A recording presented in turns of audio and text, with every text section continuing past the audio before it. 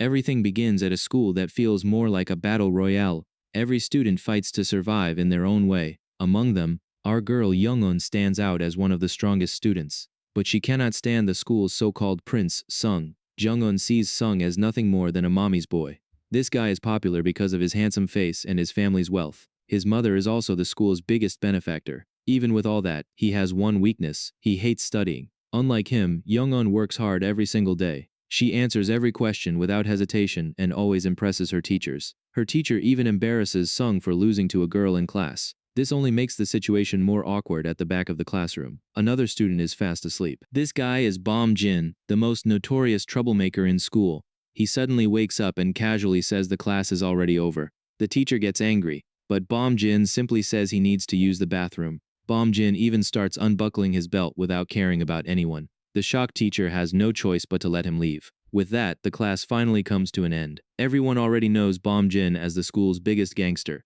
After class, Sung walks over to Young-eun and apologizes. He explains that because he could not answer the teacher's question, she had to answer instead. But Young-eun pays him no attention at all. She coldly tells him to move out of her way. One of Sung's female classmates immediately gets angry. She tells him not to waste his time talking to Young-eun because people call her a problematic girl. But turns out Young-eun's real problem is something completely different. She secretly envies everything Sung has. Sung is born with good looks, money, and popularity. Everything comes naturally to him. Meanwhile, Young-eun has to sacrifice every single day just to move forward. That is exactly why she cannot stand him. Once school ends, Young-eun heads toward a quiet mountain. Hidden there is a small abandoned house. It becomes the perfect place for her to study because the school is always too noisy. There, nobody interrupts her. Surprisingly, this place becomes her safe escape after a painful night.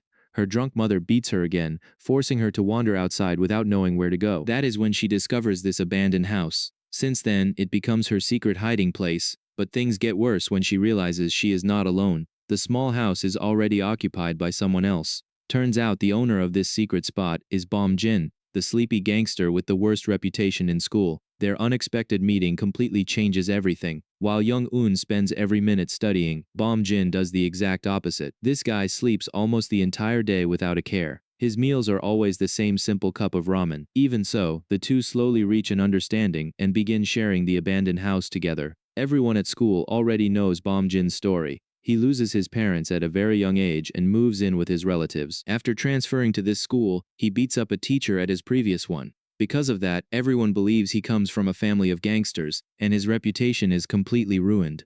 Even though Young-eun and Bom Jin are classmates, they never speak to each other. Young-eun believes things will stay that way until graduation, but turns out life has completely different plans for them. Just 1 week after discovering the abandoned house, everything changes. One day, Young-eun is quietly studying when she suddenly hears a strange noise. She walks upstairs and almost has a heart attack.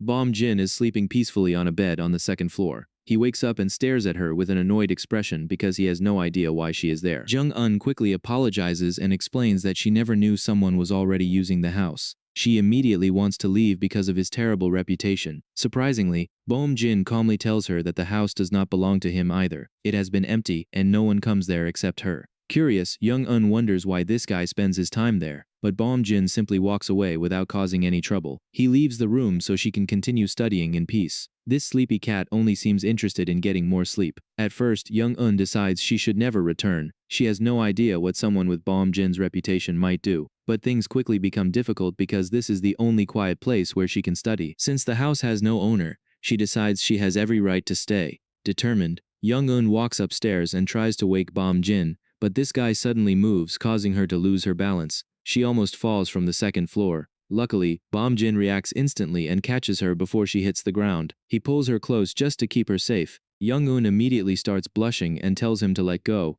Bom Jin quietly steps back because he only saves her from falling. There is nothing more to it. Jung-eun asks how he even knows she comes there to study. Bom Jin explains that he sees her 2 days earlier after waking up. He recognizes her just by looking at her back. Since she never bothers his sleeping spot, he simply stays quiet and goes back to sleep. Bom Jin then asks why she never studies at home. Young-eun responds by asking why he never sleeps at his own house. The question leaves both of them speechless. Since each has problems at home, neither of them gives an answer. Young-eun finally suggests a simple solution. Since the abandoned house belongs to no one, they should buy a lock and share the place together. She even offers to make an extra key for Bom Jin. He agrees without any argument before immediately running back upstairs for another nap.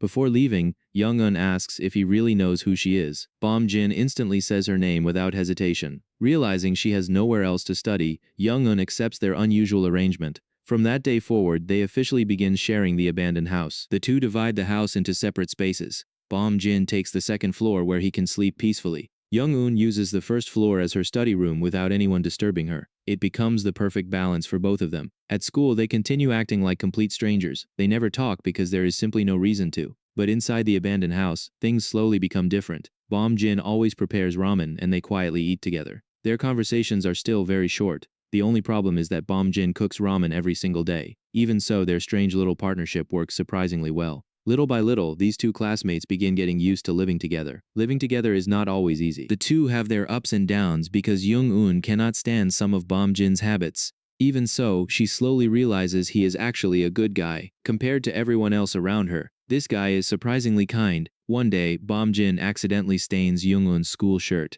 She gets furious because it is the only uniform shirt she owns. She is ready to punch him for ruining it. But suddenly, he tells her to take the shirt off. Young-un freezes in complete shock. She becomes so flustered that she ends up hitting her head again. Bom-jin simply sighs because this clumsy girl always manages to hurt herself. Then he calmly takes off his own shirt. His muscular body is suddenly on full display. Bom-jin hands his shirt to Young-un and tells her to wear it instead. He decides to wash her uniform himself with soap. Since washing clothes is always difficult for her, she quietly accepts his help. A little later, Young-un is wearing Bom-jin's oversized shirt. Surprisingly, it suits her really well. Meanwhile, Bom-jin carefully washes her uniform. Our girl cannot stop noticing how fit this guy actually is. As she wears his shirt, she unconsciously smells the fabric. Bom-jin catches her in the act and immediately notices. Young-un turns bright red with embarrassment. She quickly blames the spicy ramen to hide how flustered she really is. After studying for several hours, Young-un gets ready to leave, right on time. The sleepy cat wakes up again. It almost feels like he always knows exactly when she is heading home. This time, he refuses to let her walk alone in the dark.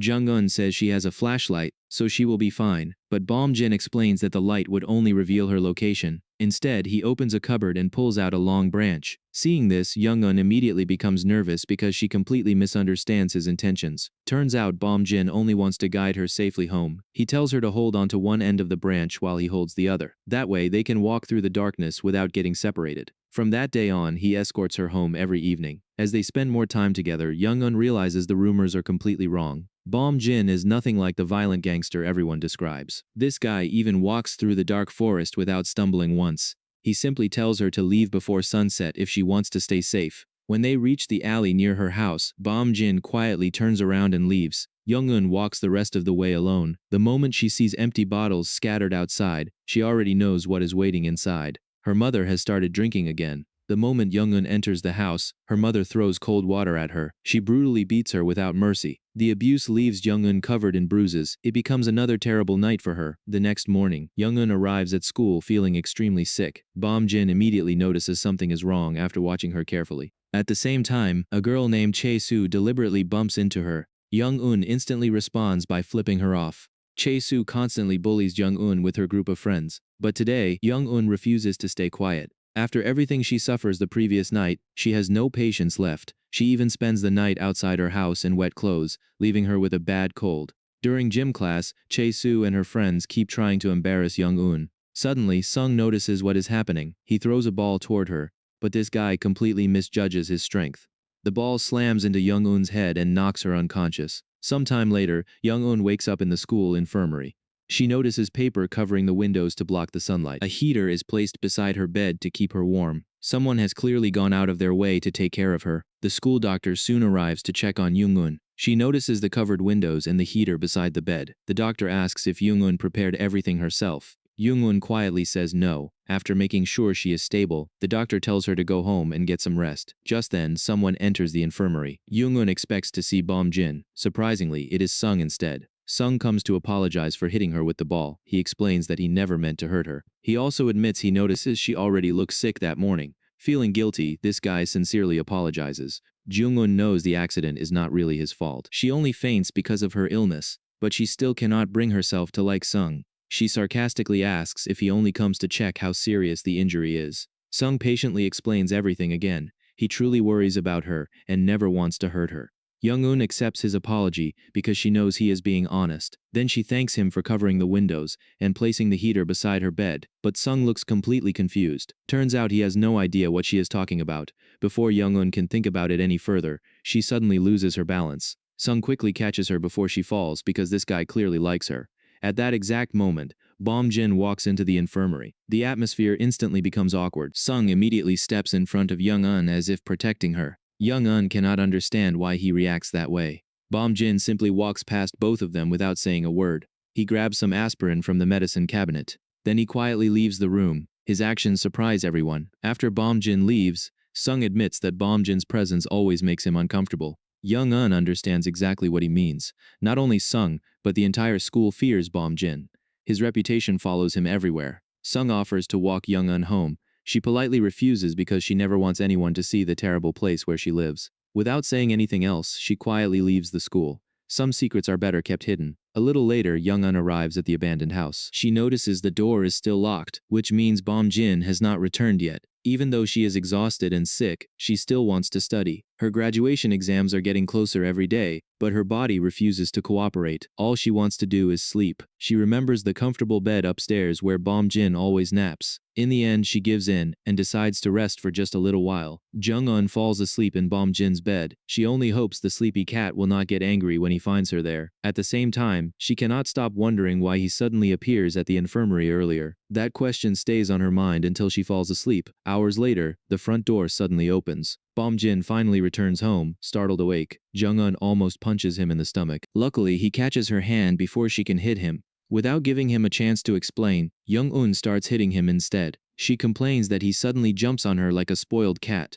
Turns out Bom Jin never knows she is sleeping there. He simply thinks someone has broken into the house. Bom Jin then asks if she even knows what time it is. Young-un has completely lost track of time. He tells her it is already 2 o'clock in the morning. To make things worse, she even forgets to lock the front door. Bom Jin tells her it is time to head home. Jung-un stubbornly says that he should be the one leaving instead. But this guy refuses to argue with her. He calmly tells her she can use the bed whenever she wants. He also promises to escort her home afterward. Jung-un is still annoyed because he almost suffocates her a few minutes earlier. She refuses to accept his help. But turns out Bom Jin only acts that way because he is genuinely worried about her. Bom Jin notices Young-un is still sick and asks if the nurse gives her any medicine. She quietly says no. He realizes she still has a slight fever. Without saying much, he walks downstairs. Jung-un soon notices the medicine he brings back from the infirmary. She asks if he is the one feeling sick. As a joke, this guy says he has menstrual cramps. His unexpected answer makes Young-un burst into laughter. Still laughing, Jung-un says that if she had a close friend, she would immediately tell them what he just says. Bom Jin quickly changes the subject. He asks if her parents are worried because it is already very late. But Young-un knows nobody is waiting for her at home. Bom Jin insists on walking her back because leaving her alone at night is too dangerous. Someone could enter the abandoned house, or the real owner might suddenly return. Young-un teases him and asks why he does not simply stay there instead. That unexpected question makes this sleepy cat blush. Young-un quietly admits that this abandoned house is the only place where she truly feels at peace. She surprises herself because she never shares something so personal with anyone before. Turns out she slowly feels that Bom Jin understands her better than anyone else. Both of them seem to carry similar burdens. In the end, Bom Jin gives up his own bed. He sleeps on the chair beside the study desk instead. Young-un rests comfortably on the bed upstairs. For the first time in a long while, she feels completely safe. Knowing Bom Jin is nearby gives her a strange sense of comfort. She even notices the fresh scent left on his bed. Surprisingly, she likes it more than she expects. That peaceful feeling helps her sleep soundly through the night. The next morning, Young-un wakes up feeling much better. Her fever is completely gone. Downstairs, Bom Jin is already making breakfast. As always, the menu is nothing but ramen. Jung-un jokingly asks if his family owns a noodle factory because he cooks ramen every single day. Bom Jin simply ignores the question. After breakfast, he tells her to take a shower. His calm attitude never changes. While getting ready, Young-un finds a small towel and asks if it belongs to him. Bom Jin casually says yes. She quietly borrows it anyway because she needs it. Even though he pretends not to care, this guy notices every little thing she does and always looks after her without saying a word. Soon, it is time for Bom Jin's daily nap. Instead of taking the bed back, he lies down on the chair once again. Meanwhile, Young-un heads to school. Their unusual routine slowly becomes normal. At school, Chae-soo and her friends start bothering Young-un again. They accuse her of using childish tricks just to get Sung's attention. Young-un immediately shuts them down. She makes it clear that she has no interest in Sung or anyone else. Chae-soo refuses to stop. She even claims Young-un secretly likes Sung because she always looks at him. But turns out Young-un never sees him that way. She only notices him because he lives a completely different life from hers. Sung is rich, popular, and admired by everyone. Bom Jin, on the other hand, is feared and misunderstood. The two boys could not be more different. Young-un knows that better than anyone. Suddenly, Chae-soo says something that completely catches Young-un off guard. She mentions Young-un's mother and says she will keep quiet about it most of the time. Young-un is left completely confused. She has no idea what Chae-soo actually knows. Just then, Sung walks over because he is worried about Young-un. She immediately tells him to stay out of her business and worry about himself instead. Her cold response clearly disappoints him. Not wanting more trouble, Young-un quickly leaves. As she walks away, she passes Bom Jin. Neither of them says a single word. Once class begins, Young-un quietly sits at her desk, but her mind keeps returning to Chae-soo's strange words. She starts thinking about her mother. She knows her mother is not an ordinary person. The pain she carries has completely changed her. Ever since Young-un is little, the two are never able to truly understand each other, and she still has no idea what her mother is really thinking. There is a time when Young-un still worries about her mother. Even when her mother goes to work while sick, she hopes things will get better. But that concern slowly disappears after countless nights of cleaning up the house and getting beaten whenever her mother comes home drunk. That painful routine becomes her everyday life. Jong-un knows being poor does not always mean living like this. Even so, her mother always leaves some money in a corner of the room afterward. Young-un uses that money to pay for school and study expenses. Over time, it quietly becomes her only allowance. She never asks where the money comes from. She simply accepts it because she believes it is the only way her mother tries to make up for everything. But Chae-soo's strange words keep bothering her. Now, Young-un desperately wants to know what kind of job her mother actually has. Lost in those thoughts, Young-un completely stops paying attention in class. The math teacher quickly notices and scolds her. This guy is far from a good teacher. He is known for harassing female students, and because Young-un rejects his advances, he constantly treats her badly. As the teacher continues punishing Young-un, Sung suddenly speaks up.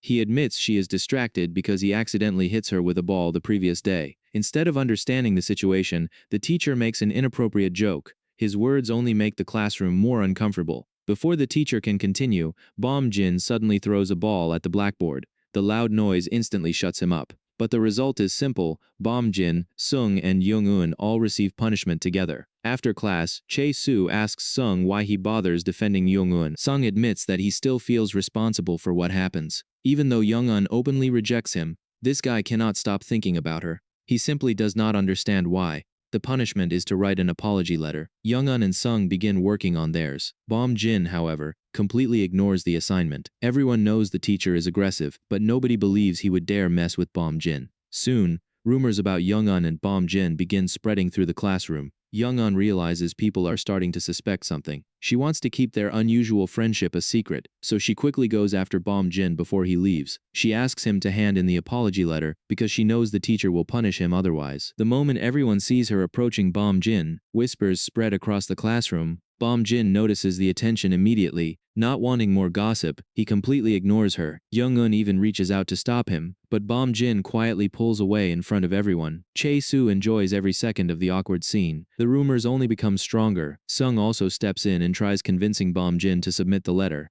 But Bom Jin ignores both of them without saying a single word. He simply walks away. As always, this guy does whatever he wants. After Bom Jin leaves, Sung admits he cannot even start writing his apology letter. Although Young-un does not really want to help him, she gives him a simple idea of what to write. Once she finishes explaining, she immediately turns to leave. Sung stops her and asks if he does something that makes her uncomfortable. Young-un decides to answer honestly. She tells him that sometimes people simply make her uncomfortable even if they never do anything wrong. Unfortunately for Sung, he is one of those people. That honest answer hits him hard. Meanwhile, Chae-soo walks over again, unable to hide her curiosity. She asks Young-un what kind of relationship she has with Bom Jin. Young-un instantly fires back by asking if Chae-soo is secretly in love with Bom Jin, since she keeps following her everywhere. The comeback completely embarrasses Chae-soo. Furious, she has nothing to say. Young-un simply ignores her and returns to class. She quietly finishes writing her apology letter while everyone else continues whispering around her. A little later, Young-un returns to the abandoned house. She secretly hopes Bom Jin is already there because she wants to know why he acts so cold toward her at school. Even while thinking about him, she forces herself to focus on studying since the exams are getting closer every day. She also remembers everything Chae-soo says earlier. Young-eun convinces herself that Chae-soo is simply jealous because she believes Young-eun is trying to get Sung's attention, but turns out Young-eun wants the exact opposite. She only wants to stay as far away from Sung as possible. When she enters the house, she quietly walks upstairs. She expects to find Bom-jin sleeping like always. Wanting to surprise him, she sneaks into the room without making a sound. Surprisingly, she is the one who gets startled instead. Bom-jin instantly grabs her by the neck and throws her onto the bed.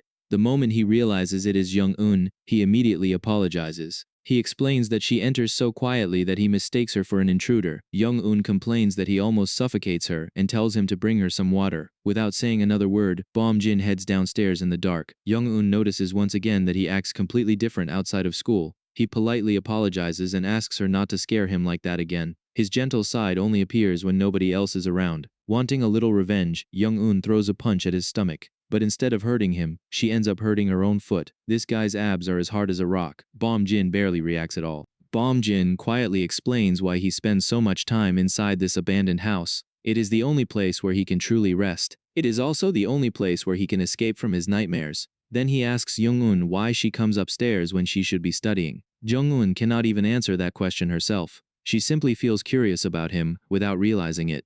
Instead of thinking any further, she returns to her books. Later that night, Bom-jin once again walks her home.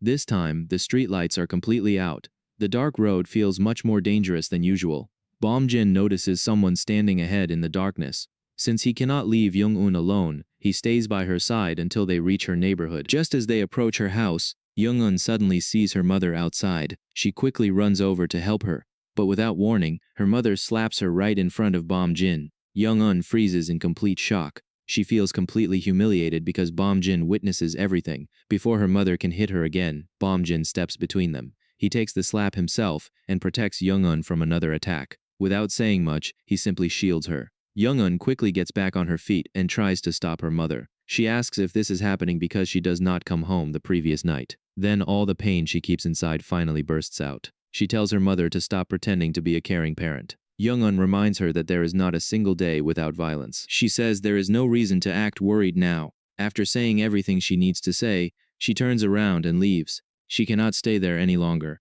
Bom-jin is left alone with Young-eun's mother. He calmly introduces himself as her classmate. He explains that nothing inappropriate is happening between them. He only accompanies Young-eun so she can study safely. Her mother says nothing and quietly walks away. The next morning, Young-eun cannot even look Bom-jin in the eyes. She feels overwhelmed with embarrassment after everything he sees the previous night. Since the morning begins, she keeps avoiding him whenever possible. She only wishes she could disappear. When school ends, she starts worrying about returning to the abandoned house. She has no idea how she will face Bom-jin after what happens. As she walks past his desk, she sees him sleeping peacefully. Around him, several classmates whisper behind his back. They spread rumors that Bom-jin is the son of a mobster because of the scar on his face. Young-eun knows those rumors are completely false. She also knows the scar is actually connected to her own mother, but she cannot reveal the truth. Trying to distract herself, Young-eun heads toward the teacher's lounge to hand in her apology letter. She expects it to be another ordinary moment, but turns out a huge surprise is waiting for her there. Young-eun heads to the teacher's lounge to hand in her apology letter, but the moment she arrives, she notices Sung's mother standing there. This elegant and wealthy woman immediately catches her attention. Not wanting to interrupt, Young-eun quietly decides to leave. Before she can walk away, the principal calls her over. Proudly, he introduces Young-eun as one of the school's best students. She is the pride of the school because of her outstanding grades. But turns out Sung's mother already knows exactly who she is. Sung's mother explains that she often hears about Young-eun from Sung. Apparently, this guy cannot stop talking about her at home. She politely apologizes for the accident with the ball. But her actions soon reveal a completely different purpose. Instead of simply apologizing, Sung's mother shows everyone how much influence she has. She offers to build a brand new gym for the school because her son studies there. She also demands that the math teacher stop bothering Sung. The entire room instantly falls silent. Teacher Kim, who normally bullies students without hesitation, suddenly becomes completely obedient. In front of Sung's powerful mother, he cannot say a single word. The arrogant teacher immediately loses all his confidence. Everyone watches the scene unfold. A little later, Sung arrives at the office. The others soon leave, giving them some privacy. Young-eun quietly hands her apology letter to Teacher Kim, but this guy barely even looks at it before ignoring her completely. As Young-eun leaves, Sung's mother stops her once again. She says she wants to know the girl her son talks about so much. Then she unexpectedly invites Jung-un to dinner at their house. The invitation catches everyone by surprise. Jung-un has no desire to go, but refusing such an influential woman in front of everyone would only create more problems. She stays polite and says nothing. Deep down, she only wants to leave as quickly as possible. Afterward, Sung apologizes for his mother's behavior. Jung-un immediately asks him to tell his mother she cannot attend, but Sung refuses to accept that answer. He confidently tells her that he will be waiting for her on Saturday, in front of the church. This time Sung makes it clear he is not taking no for an answer. Word about the invitation spreads across the school almost instantly. Once again, Jung-un becomes the center of attention. The rumors only continue growing. Meanwhile, Chae-soo is furious. She cannot understand why Jung-un receives so much attention while she does not. Learning that Jung-un is even invited to Sung's house makes her even more jealous. Her frustration becomes impossible to hide. Bom-jin also overhears the conversation. Although he says nothing, something inside him quietly changes. Later, when Jung-un walks past him, the two pretend to be complete strangers again, but Bom-jin cannot stop watching her. For the first time, Bom-jin realizes Jung-un has become someone special to him. She is the only person who makes his lonely days feel different. She brings excitement into his boring life. Simply being around her makes him feel like an ordinary student. He knows Jung-un has no real friends. Every person who tries getting close to her ends up being pushed away. He also notices that Sung is becoming more interested in her. At first, Bom-jin assumes Jung-un likes Sung because he is the school's perfect prince. Surprisingly, Jung-un keeps treating Sung with the same cold attitude as always. Seeing that makes Bom-jin feel relieved. He realizes the relationship they share inside the abandoned house is something unique. Around Jung-un, this guy can finally be himself. Bom-jin also understands why Jung-un suddenly avoids him. He knows she is probably embarrassed after he witnesses what happens with her mother. Instead of confronting her, he quietly gives her space. Sometimes, silence says more than words. Before long, Saturday finally arrives. Jung-un still has to attend the dinner at Sung's house even though she has no interest in going. She never truly accepts the invitation. But Sung's mother leaves her with no chance to refuse. Jung-un decides she will only stay long enough to be polite. Her plan is simple: arrive, finish dinner, and leave as quickly as possible. A little later, just as promised, Sung waits for her outside the church, ready to take her to his house. As they walk together, Sung tells Jung-un that she is the first real friend he has made since moving there. He asks about her hobbies and favorite things, but Jung-un says she does not have any special interests. The only moments she truly enjoys are the ones she spends with Bom-jin eating ramen together. Sung then wonders why his mother suddenly invites Jung-un to dinner. He assumes it is probably because she is an excellent student. But the real question on his mind is something else. This guy desperately wants to know how close she is to Bom-jin. Instead of asking directly, Sung casually says it would have been nice if Bom-jin had come too. Jung-un immediately replies that Bom-jin would never agree to something like that. Her answer makes it sound like she knows him very well. Sung notices that right away. Sung points out that even though nobody ever sees them together, they somehow seem very close. Jung-un is caught off guard by his observation. She never realizes that other people are starting to notice something unusual between them. Suddenly she understands their secret cannot stay hidden forever. Taking advantage of the quiet moment, Sung brings up the infirmary again. He tells Jung-un that he is not the one who covers the windows or places the heater beside her bed. At that moment, everything finally becomes clear. Turns out Bom-jin is the one quietly taking care of her all along. A little later, they arrive at Sung's mansion. The luxurious house is filled with servants, making it look like a palace. Seeing all this wealth only makes Jung-un feel even more uncomfortable. The difference between their worlds is impossible to ignore. Soon, Sung's mother warmly welcomes her inside. She leads Jung-un straight to the dining table. Countless expensive dishes are already prepared for dinner. She kindly tells Jung-un to eat whatever she likes. But Jung-un has no idea what to choose. She has never experienced a meal like this before. Every dish looks unfamiliar to her. For the first time in her life, she enjoys such an extravagant dinner. While they eat, Sung's mother politely asks about school, her grades, and her future plans. She even asks which university Jung-un wants to attend. Jung-un quietly admits that she has not decided yet. With her financial situation, expensive universities are simply out of reach. Then Sung's mother suddenly asks what Jung-un's father does for a living. She smiles and says he must be proud to have such a brilliant daughter. The unexpected question completely catches Jung-un off guard. She accidentally spills her drink all over her clothes. Seeing the accident, Sung's mother calmly tells one of the servants to bring her a change of clothes. Jung-un quietly follows the servant upstairs. As she walks away, she realizes that question is the hardest one anyone has ever asked her. She does not even know how to answer it. After arriving at a guest room, Young-eun waits while the servant prepares the clothes. A few moments later, Sung's mother walks in herself. She hands Young-eun a new outfit and says it will suit her perfectly. Young-eun politely asks if she could leave the room so she can change. Instead of leaving, Sung's mother simply turns around and begins speaking. She casually mentions that she makes a mistake because Young-eun's father is no longer around and her mother is not in a normal state. Young-eun is completely shocked. It becomes obvious that this woman investigates her background beforehand. When Young-eun finally changes clothes, she notices something disturbing. The outfit is exactly the same uniform worn by the servants in the mansion. She instantly realizes this is no accident. Sung's mother is quietly humiliating her. This time, Young-eun refuses to stay silent. She confronts Sung's mother directly and tells her to stop hiding behind polite words. If she has something to say, she should say it openly. Young-eun is no longer willing to endure the insults. Sung's mother finally asks the question she truly wants answered. She asks whether Young-eun has feelings for her son. Without hesitating, Young-eun gives a firm answer.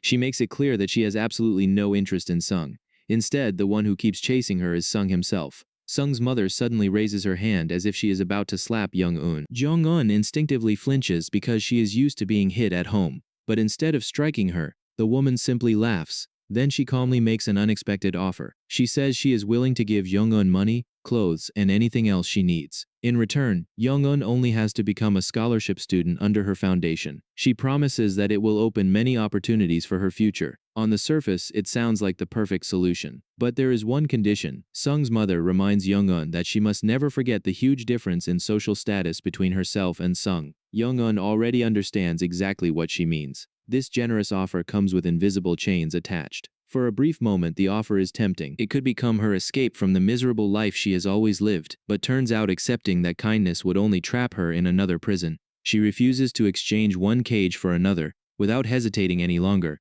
Young-eun politely leaves the mansion. Meanwhile, Bom-jin cannot stop thinking about her. It is raining heavily outside, and he keeps wondering whether she has eaten properly. The thought of her spending time with Sung makes him strangely uneasy. Bom-jin imagines Young-eun happily enjoying dinner inside Sung's luxurious house. He cannot understand why that image bothers him so much. Thinking it might clear his head, this guy decides to work out. But no matter what he does, he cannot stop thinking about her. Unable to calm himself, Bom-jin decides to go for a run. The moment he opens the front door, he freezes. Young-eun is standing outside, completely soaked by the rain. Even worse, she is wearing a servant's uniform from Sung's house. Bom-jin is shocked by what he sees. Meanwhile, Young-eun ignores his reaction and immediately asks why he is standing there without a shirt. She jokingly calls him a pervert, then she quietly walks upstairs without explaining anything. Once inside the room, Young-eun collapses onto the bed. She still feels humiliated by everything that happens at Sung's mansion. Bom-jin silently lets her calm down before asking where she gets those clothes. He waits patiently for her answer. Young-eun explains that she spills juice on herself during dinner. The people there give her a change of clothes, but she knows they only do it to mock her. She cannot hide how hurt she feels. The memory still burns inside her. Bom-jin then asks why she does not take off the wet shirt. Young-eun immediately reminds him that she would have nothing else to wear. Without saying another word, Bom-jin quietly hands her his own shirt again. He simply tells her to change before she catches a cold. Then, without hesitation, Bom-jin tears the servant's uniform into pieces. Young-eun is completely stunned. She planned to repair those clothes so she could wear them to school. Now that idea is completely gone. Young-eun immediately worries about Bom-jin instead. She tells him to put on a shirt before he gets sick. But this guy says nothing. He simply sits down beside her in silence. Wanting to return his kindness, Young-eun gently covers him with a blanket. She does not want him getting sick because of her. For several minutes, neither of them says a single word. The quiet atmosphere feels strangely comfortable. Bom-jin wonders whether he should talk about what happens with her mother. In the end, both of them slowly begin sharing pieces of their past. Bom-jin reveals that his father is a gangster who dies several years earlier. Since then, his life has become nothing but chaos. He does not reveal every painful detail, but sharing even part of his story feels surprisingly relieving. Young-eun quietly listens until he finishes. Then she gently tells him that at least his father can no longer hurt him. The living are far scarier than the dead. Not wanting the conversation to become even heavier, Bom-jin heads downstairs to make ramen. Jung-eun realizes she forgets to bring her books, so she follows him instead. As they stand together, their eyes suddenly meet. Almost without thinking, Bom-jin gently touches her face. He tells her that he will bring a towel so she can dry her wet hair before she catches a cold. That small act of kindness completely catches Young-eun off guard. She blushes deeply as feelings she has never experienced before begin to grow inside her. The next morning at school, Young-un cannot stop thinking about Bom Jin. At school, he acts cold and distant toward everyone, but whenever they are alone, he becomes incredibly kind. That difference completely confuses her. Bom Jin is always looking after her without saying much. Whenever she gets sick or feels down, this guy quietly takes care of her. Even so, Young-un reminds herself that this is not the time to think about romance. Her priority is still her studies. Before she can organize her thoughts, Sung walks over. He asks why she leaves his house so suddenly the other day. Then he asks if she catches a cold after leaving. Young-un calmly tells him that she is perfectly fine. She also notices something else. Every time Sung comes near her, Chae-soo glares at her with obvious anger. Sung then hands Young-un a bag containing the clothes she leaves behind at his house. He also apologizes in case his mother says anything that hurts her. Young-un realizes Sung has no idea what his mother truly does. He is simply an innocent boy who grows up being protected all his life. Before they can continue talking, the teacher arrives and begins class. Everyone immediately returns to their seats. The teacher announces a new research project that must be completed in pairs. Almost every student quickly finds a partner. As always, Young-un is left alone. Then she notices that Bom Jin also has no partner. Young-un immediately sees the perfect opportunity. If they become project partners, no one will find it strange when they spend time together. Their secret about sharing the abandoned house will remain safe. It seems like the ideal solution. Just as she is about to approach Bom Jin, Sung suddenly steps in first. He asks Young-un to become his partner for the project. Without hesitation, she politely refuses. Sung immediately asks if she already has someone else in mind. His question makes Young-un uncomfortable. Sometimes, Sung reminds her too much of his mother. He always seems to know more than he should, and that feeling puts her on edge. She struggles to answer him. Before she can say anything, Chae-soo suddenly interrupts. She unexpectedly asks Young-un to become her project partner. Young-un knows the offer feels suspicious, but she also knows Chae-soo holds information about her mother. Reluctantly, she accepts. As Sung walks away, he quietly comments that Young-un has a strange taste in choosing friends. Young-un does not even understand what he means. Meanwhile, Bom Jin continues sleeping at his desk as if none of this concerns him. This sleepy cat does not react at all. Later, Young-un asks Chae-soo to meet her somewhere private. She decides it is finally time to settle everything. Chae-soo immediately threatens to reveal the truth about her mother to the entire school. But this time, Young-un refuses to back down. Instead, she demands that Chae-soo tell her exactly what she knows. Annoyed, Chae-soo changes the subject and asks why Sung's mother invites Young-un to her house. Young-un calmly explains that she is simply invited because she is the school's top student. She refuses to let Chae-soo intimidate her. Then Chae-soo finally reveals what she knows. She says Young-un is ashamed of her mother because her mother is often seen around the motel district during the daytime. Those words instantly leave Young-un speechless. She never expects to hear something like that. Chae-soo continues trying to humiliate her. She even claims Sung only notices Young-un because he is naturally kind to everyone. But Young-un no longer cares about those insults. The only thing she wants to know is who tells Chae-soo about her mother. Without hesitation, Chae-soo says her own father sees Young-un's mother there almost every morning while passing through the area. Hearing that, Young-un is completely shaken. Her mind immediately fills with terrible possibilities, but she cannot believe her mother would do something like that. Young-un tries her best to stay calm. She refuses to let rumors control her emotions without proof, but Chae-soo refuses to stop. She even says the school should be informed because no parent would want their children around someone whose mother has such a reputation. Jung-un says nothing in return. Outwardly, she remains calm, but inside, anger and confusion continue growing with every word Chae-soo speaks. Jung-un refuses to stay silent. She tells Chae-soo that if her father knows exactly where her mother is every day, then there must be a reason. After all, the area has bars as well as motels. She even asks if Chae-soo's father spends his own time hanging around those places. Jung-un goes even further. She sarcastically says Chae-soo's father should be careful not to bring home some disease after visiting those places. Those words instantly make Chae-soo furious. Without thinking twice, she slaps Young-un across the face. Blinded by anger, Chae-soo finally blurts out the cruel accusation. She claims Young-un's mother is selling herself for money. The insult pushes everything too far. The two girls immediately start fighting. Right in the middle of the fight, several older boys suddenly appear. They are much bigger than the girls and have a reputation for causing trouble. One of them starts walking straight toward Young-un. The situation instantly becomes dangerous. Chae-soo completely loses her courage. She quickly hides behind Young-un instead. Young-un also has no idea what to do, because they are alone on the rooftop. If anything happens there, nobody will hear them. Luckily, Bom Jin suddenly appears. Seeing him immediately gives Young-un a sense of relief. The troublemakers recognize Bomjin right away. They clearly know who this guy is and immediately try to provoke him into a fight, but Bomjin completely ignores them. Instead, he walks straight toward Chae-soo. He calmly tells her that he needs to speak with her right now. Although confused, Chae-soo nervously follows him, leaving Young-eun alone with the group of boys. The boys immediately misunderstand the situation. They assume Bomjin must have feelings for Chae-soo. Taking advantage of the moment, they surround Young-eun instead. Then they start asking questions about Bomjin and Chae-soo. Young-eun answers in the most unexpected way possible. She suddenly starts talking about English, mathematics, and social inequality. Her completely unrelated explanation leaves every one of them totally confused. Before they even realize it, she quietly walks away. The boys are left standing there with blank expressions. They are so confused that they almost feel like asking Young-eun to tutor them instead.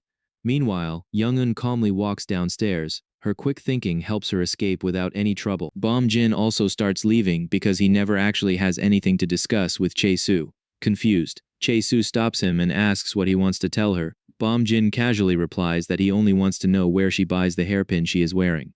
Before Chae-soo can even answer, Bomjin simply walks away. He completely loses interest in the conversation. Chae-soo is left standing there in confusion, but instead of getting angry, she starts blushing. Now Chae-soo completely misunderstands Bomjin's intentions. After seeing him up close, she suddenly realizes how handsome he is. She convinces herself that Bomjin must secretly like her. Her imagination quickly runs wild. Later that day, Young-eun begins walking back toward the abandoned house. She cannot stop thinking about what happens earlier. Strangely, she feels annoyed with Bomjin, not because he talks to Chae-soo, but because he chooses to take Chae-soo away instead of her. Without realizing it, Young-eun starts feeling jealous. She knows Chae-soo is pretty, even if she does not want to admit it. That small feeling surprises her. It is something she has never experienced before. At the same time, Chae-soo's cruel words continue echoing inside her mind. Young-eun desperately wants to believe her mother is innocent, but she also cannot completely ignore the possibility that the rumors might be true. The uncertainty slowly eats away at her. Then she remembers the night Bomjin sees her mother. Her mother's reaction does not seem like pure anger. Instead,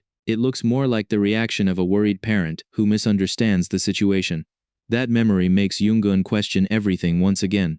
She also remembers her late father. He dies in a traffic accident after getting her mother pregnant at a very young age. Since then, her mother gradually loses herself. Maybe seeing Young-eun with Bomjin simply brings back painful memories. Those thoughts only make Young-eun more frustrated. Chae-soo successfully plants doubt inside her heart. Just then, Bomjin quietly appears beside her. Without saying a single word, this sleepy cat walks inside and immediately starts making ramen once again.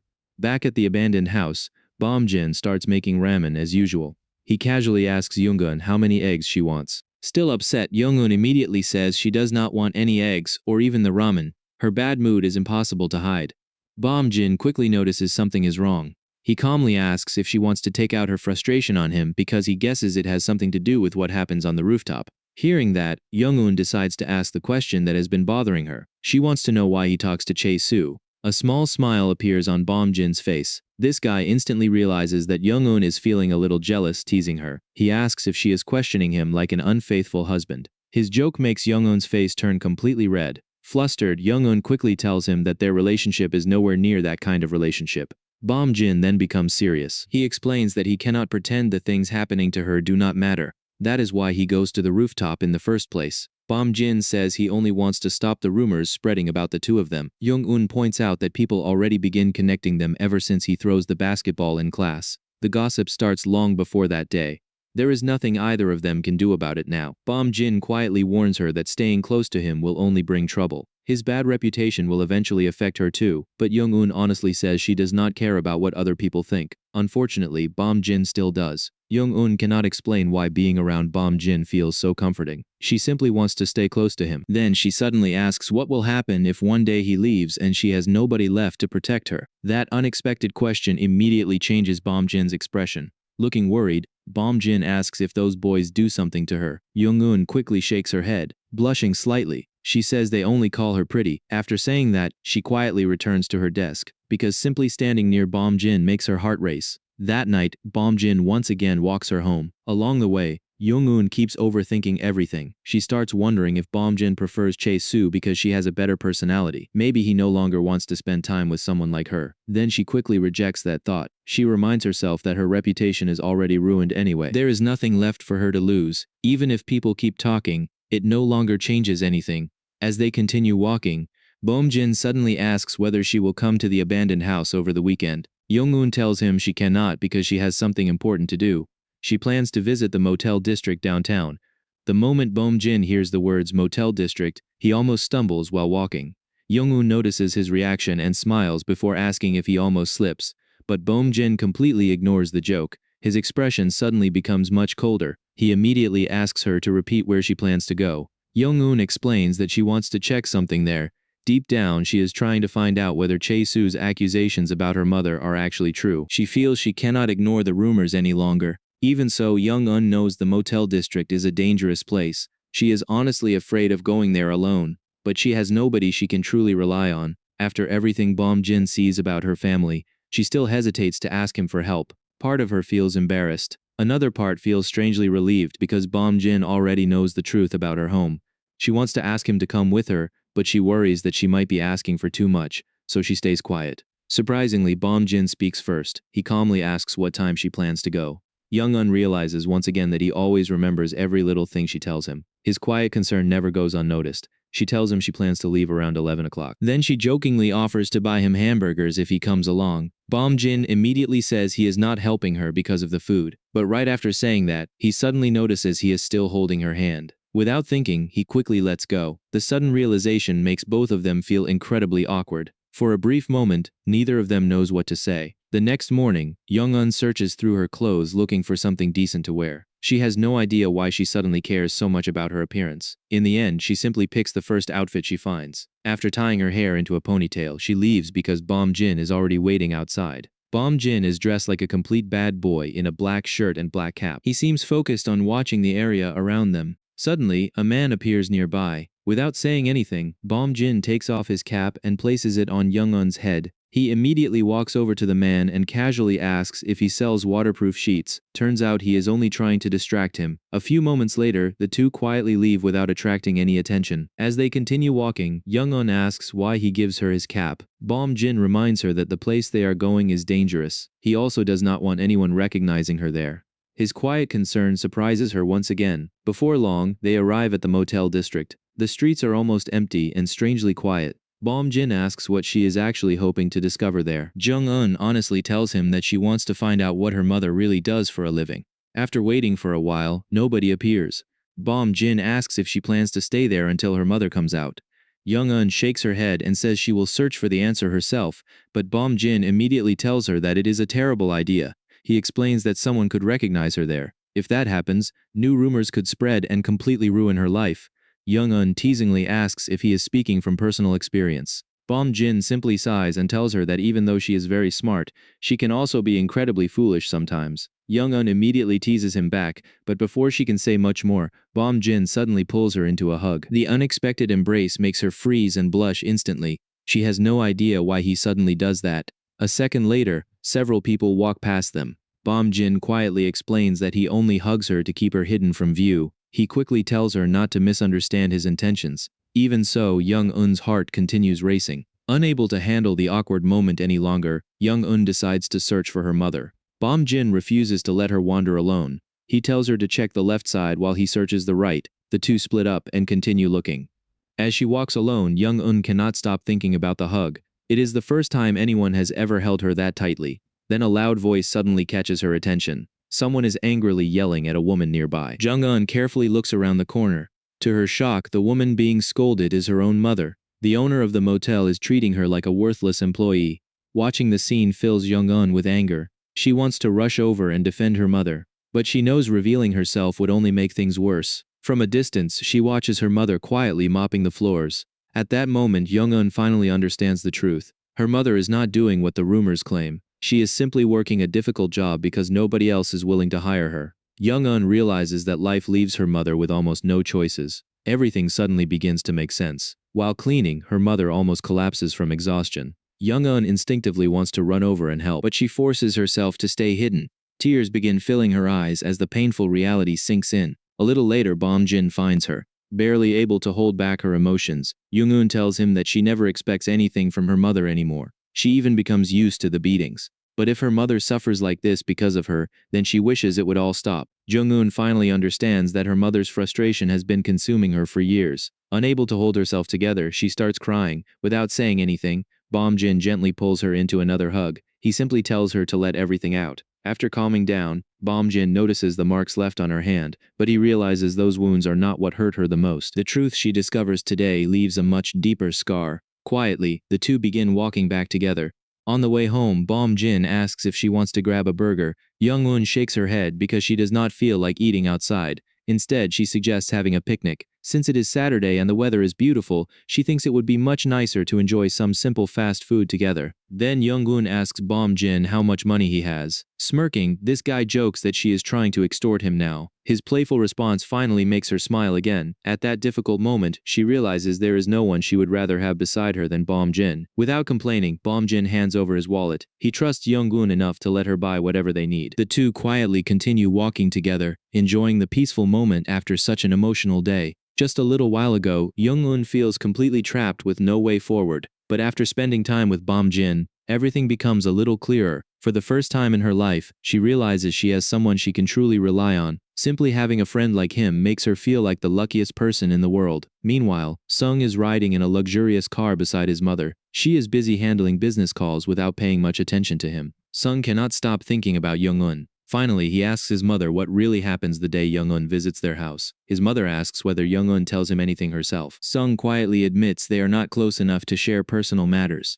His mother casually says Young-un is just a stubborn girl. Then she jokingly asks if he plans to marry her someday. The question catches Sung completely off guard. He has never even thought that far ahead. Every time he tries getting closer to Young-un, she only pushes him away even more. The distance between them keeps growing. As Sung looks out the car window, he suddenly spots Young-un walking with Bom-jin. He watches Bom-jin gently grab her by the arm. Without thinking, Sung immediately jumps out of the car. He desperately tries to catch up with them. Unfortunately, the crowded streets quickly swallow them up. Sung loses sight of both of them within seconds. Frustrated, he regrets not calling out Young-un's name sooner. All he can do is watch them disappear. Meanwhile, Young-un and Bom-jin finish buying everything they need for their picnic. After returning to the abandoned house, Young-un starts making sandwiches.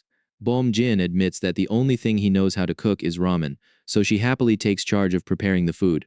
Bom-jin refuses to sit around doing nothing. He even teases Young-un by saying she works too slowly. Smiling, Young-un tells him to stop complaining and asks him to spread newspapers outside for their picnic. Like an obedient partner, this sleepy cat quietly does exactly what she asks. Soon, Young-un brings the finished sandwiches outside. She sits down beside Bom-jin on the newspapers. As she watches him, she feels that this is a moment she wants to remember forever. Even if it lasts only a little while, being with him is enough. She invites Bom-jin to sit beside her. The two quietly enjoy their homemade sandwiches together. At first, Bom-jin does not seem very impressed, but after taking a bite he realizes they taste surprisingly good. Bom-jin asks how much jam she puts into the sandwiches, because they are much sweeter than he expects. Young-un immediately asks why he does not tell her earlier. He explains that he does not hate sweet food, he simply thinks she should ask first in case he has an allergy. Young-un excitedly tells him to keep eating, because she is sure he will end up loving the taste. The peaceful afternoon continues without either of them noticing how comfortable they become together. Little by little, their feelings keep growing stronger. Elsewhere, someone brutally beats a man in a dark alley. The story quickly shifts away before revealing any details. The incident leaves a mysterious feeling hanging in the air. The next morning, Young-un gets ready for school. She notices the small amount of money left inside the closet. She immediately realizes it will never be enough to pay for university. That is exactly why she works so hard to become the best student and earn a scholarship. Before leaving, she looks at her sleeping mother. The memory of seeing her work at the motel immediately returns. This time, however, Young-un no longer feels anger. Instead, she quietly understands her mother's struggles a little better. On the way to school, Young-un starts remembering the picnic with Bom-jin. The memory makes her smile without realizing it. She even hopes they can spend another weekend together like that someday. Those simple moments have become precious to her. When she enters the classroom, everything looks the same as always. Bom-jin is sleeping peacefully at his desk. Young-un walks past him without saying anything and sits in her own seat. Deep down, she wonders why he never even greets her at school. Just then, Sung walks over to her desk. He politely asks if they can talk after school. Young-un has no idea what he wants to discuss. Even though she finds it troublesome, she knows she cannot simply ignore him. For now, she pushes the thought aside and focuses on her studies. At school, Young-un notices Chae-soo walking over to Bom-jin. She quietly hands him a small note and says it contains the answer to the question he asks her earlier. According to Chae-soo, she is too embarrassed to say it out loud in front of everyone. Watching the scene immediately makes Young-eun feel uneasy. Her mood only gets worse when she sees Bom-jin smile after reading the note. Young-eun cannot understand when those two become close. They barely speak before, yet now they seem comfortable around each other. Without realizing it, jealousy starts taking over. While Sung secretly watches Young-eun's reaction, Bom-jin quietly notices Sung as well. The strange tension fills the classroom. Then, before anyone can say anything else, a teacher asks Bom-jin to step outside for a moment. He calmly leaves the room. Several minutes pass, but Bom-jin never comes back. Young-eun slowly starts worrying because he is taking much longer than expected. Just then, a frightened student rushes into the classroom. He announces that the police have taken Bom-jin away. The classroom immediately erupts with rumors. Many students assume Bom-jin is arrested because of another fight. Some even say he should be expelled from school. Instead of feeling worried, they openly celebrate the news because of his bad reputation. Hearing those comments, Young-eun can no longer stay silent. She immediately shuts everyone down. Some classmates mock her and ask if she is secretly in love with Bom-jin. To everyone's surprise, Young-eun simply says yes. The entire classroom falls silent. Nobody expects such a direct answer. At that moment, Sung also steps in and tells everyone to stop spreading rumors. Although he speaks up, he is doing it more for Young-eun than for Bom-jin. A little later, the teacher returns to class. Everyone immediately asks what happens to Bom-jin. The teacher calmly explains that the police only take him in for questioning. Then he tells everyone to stop worrying and focus on the upcoming exams instead. The moment school ends, Young-eun rushes out of the classroom. She heads straight toward the police station because she wants to know what really happens. Before she gets far, Sung catches up with her. He asks where she is going. Jung-eun does not want to answer, but Sung says he only needs a minute to talk. She reluctantly agrees while reminding him that she still has to study for the exams. Even then, she keeps trying to avoid the real topic. Surprisingly, Sung already knows where she is heading. He quietly tells her that she is going to the police station. Young-eun is completely caught off guard. She immediately asks how he knows that. Sung calmly replies that he sees her together with Bom-jin before. Young-eun quickly denies it and says he must be mistaken. But Sung insists that he sees them with his own eyes. She demands to know exactly when and where. Then she reminds him that her private life has nothing to do with him. Before Sung can answer, his chauffeur Mr. Kim arrives to pick him up. He explains that Sung needs extra protection because of a recent stabbing near the school. The police believe the suspect is one of the students. His words immediately change the atmosphere. Jung-eun quickly asks who the suspect is. Mr. Kim answers without hesitation. The police suspect Bom-jin. Hearing that, Young-eun immediately refuses to believe it. She firmly says Bom-jin would never do something like that. At that moment, Sung finally realizes how deeply Young-eun trusts Bom-jin. There is no longer any doubt that the two are much closer than they pretend to be. Before leaving, Sung offers to investigate the case himself, but Young-eun refuses his help. She tells him to forget everything because Bom-jin will surely return soon. Even so, Sung becomes even more worried. Deep down, he starts wondering if Bom-jin might really be involved. After Young-eun leaves, Sung quietly gives Mr. Kim another order. He tells Mr. Kim to investigate Bom-jin more thoroughly. Mr. Kim does not seem happy about the request, but since Sung is his young master, he has no choice but to accept. Hours later, Sung returns home and immediately notices that his mother is unusually tense. The moment she sees him, she announces that Mr. Kim will start picking him up from school every day. She insists it is for his safety after the recent incident. Later that evening, the two sit down for dinner. Sung's mother directly asks whether he knows Bom-jin. She also wants to know if Young-eun is close to him, because all three students are assigned the same apology letter punishment. Her questions quickly become much more personal. Before Sung can even answer, his mother makes her position perfectly clear. She admits that she likes Young-eun's personality, but she also says that Young-eun is not someone she considers suitable for her son. Her words sound polite, yet they are filled with pity. Sung immediately becomes upset. He tells his mother not to speak about Young-eun that way. He reminds her that Young-eun is one of the best students in the entire school, but his mother calmly says she is only trying to protect him. She also makes it clear that she has no intention of staying out of this situation. Frustrated by the endless questioning, Sung insists that he has never even spoken properly with Bom-jin, but his mother immediately exposes him. She asks why he calls the police station earlier if he truly has no connection to Bom-jin. Sung instantly realizes that Mr. Kim reports everything to her. There is almost nothing he can hide inside this house. His mother quietly tells him that once someone tries to clean muddy water, they must make sure the clean water does not become dirty as well. Sung understands exactly what she means. Without touching his dinner, he stands up and leaves the table. He feels powerless despite living in a wealthy family. Even with all that money, he cannot make a single move without his mother finding out. Still, he manages to learn what actually happens at the police station. The incident takes place on Saturday night. Near a bar in the motel district, someone brutally attacks a man with a weapon. The victim suffers severe injuries and eventually falls into a coma. Just before losing consciousness, he identifies the attacker as a tall and strongly built man. As the police continue investigating, they question people near the scene. One witness is the shop owner who sees Bom Jin entering the motel district that same day. Based on that testimony and the victim's description, the police begin suspecting Bom Jin. That is why they bring him in for questioning. Meanwhile, the detectives observe Bom Jin at the police station. Although his appearance matches the description, some officers are not fully convinced. They feel he does not seem like someone capable of committing such a violent crime. Even so, one thing keeps making him look suspicious.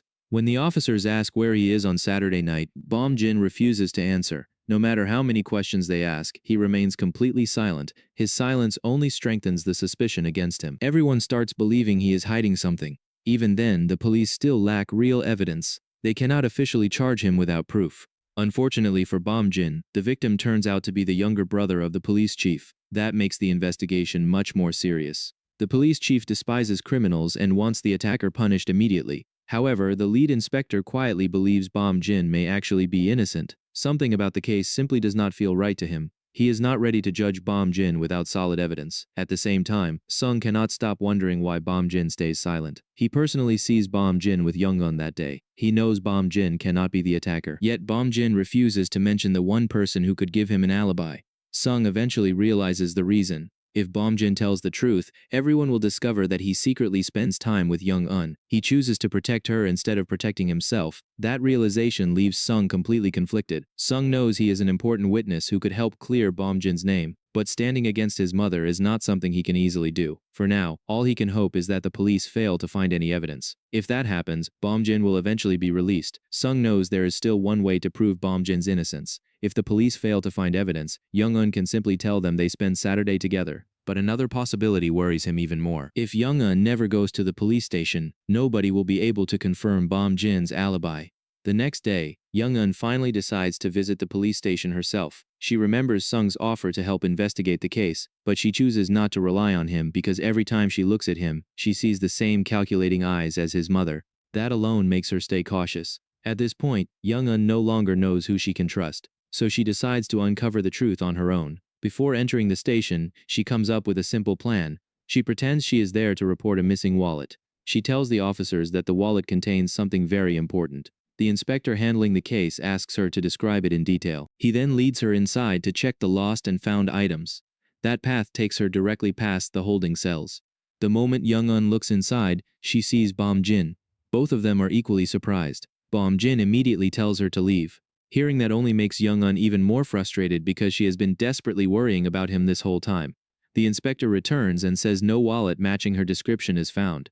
Then he suddenly asks whether she knows Bom Jin. Young-un immediately becomes nervous because she realizes she lets her guard down. She quickly tries to hide the truth. She tells the inspector that Bom Jin is only her classmate. She also says he is not a dangerous person. Then the inspector asks the question she fears the most. He wants to know if she spends Saturday downtown with Bom Jin. Gung freezes. She cannot understand how the police discover that information. She knows they spend the day together before having a picnic. At the same time, she wonders why Bom Jin never tells the police about it himself. She is just about to reveal everything. Suddenly, Bom Jin loudly interrupts her. He shouts that the officers should not believe anything she says because she is simply a stalker who keeps following him everywhere. His outrageous excuse shocks everyone in the room. Bom Jin continues acting like a complete fool. He admits that he goes to the motel district but insists he never attacks anyone. The guards are completely stunned. Until this moment, Bom Jin refuses to answer a single question. Now he suddenly starts talking non-stop. The inspector immediately asks why Bom Jin goes to the motel district.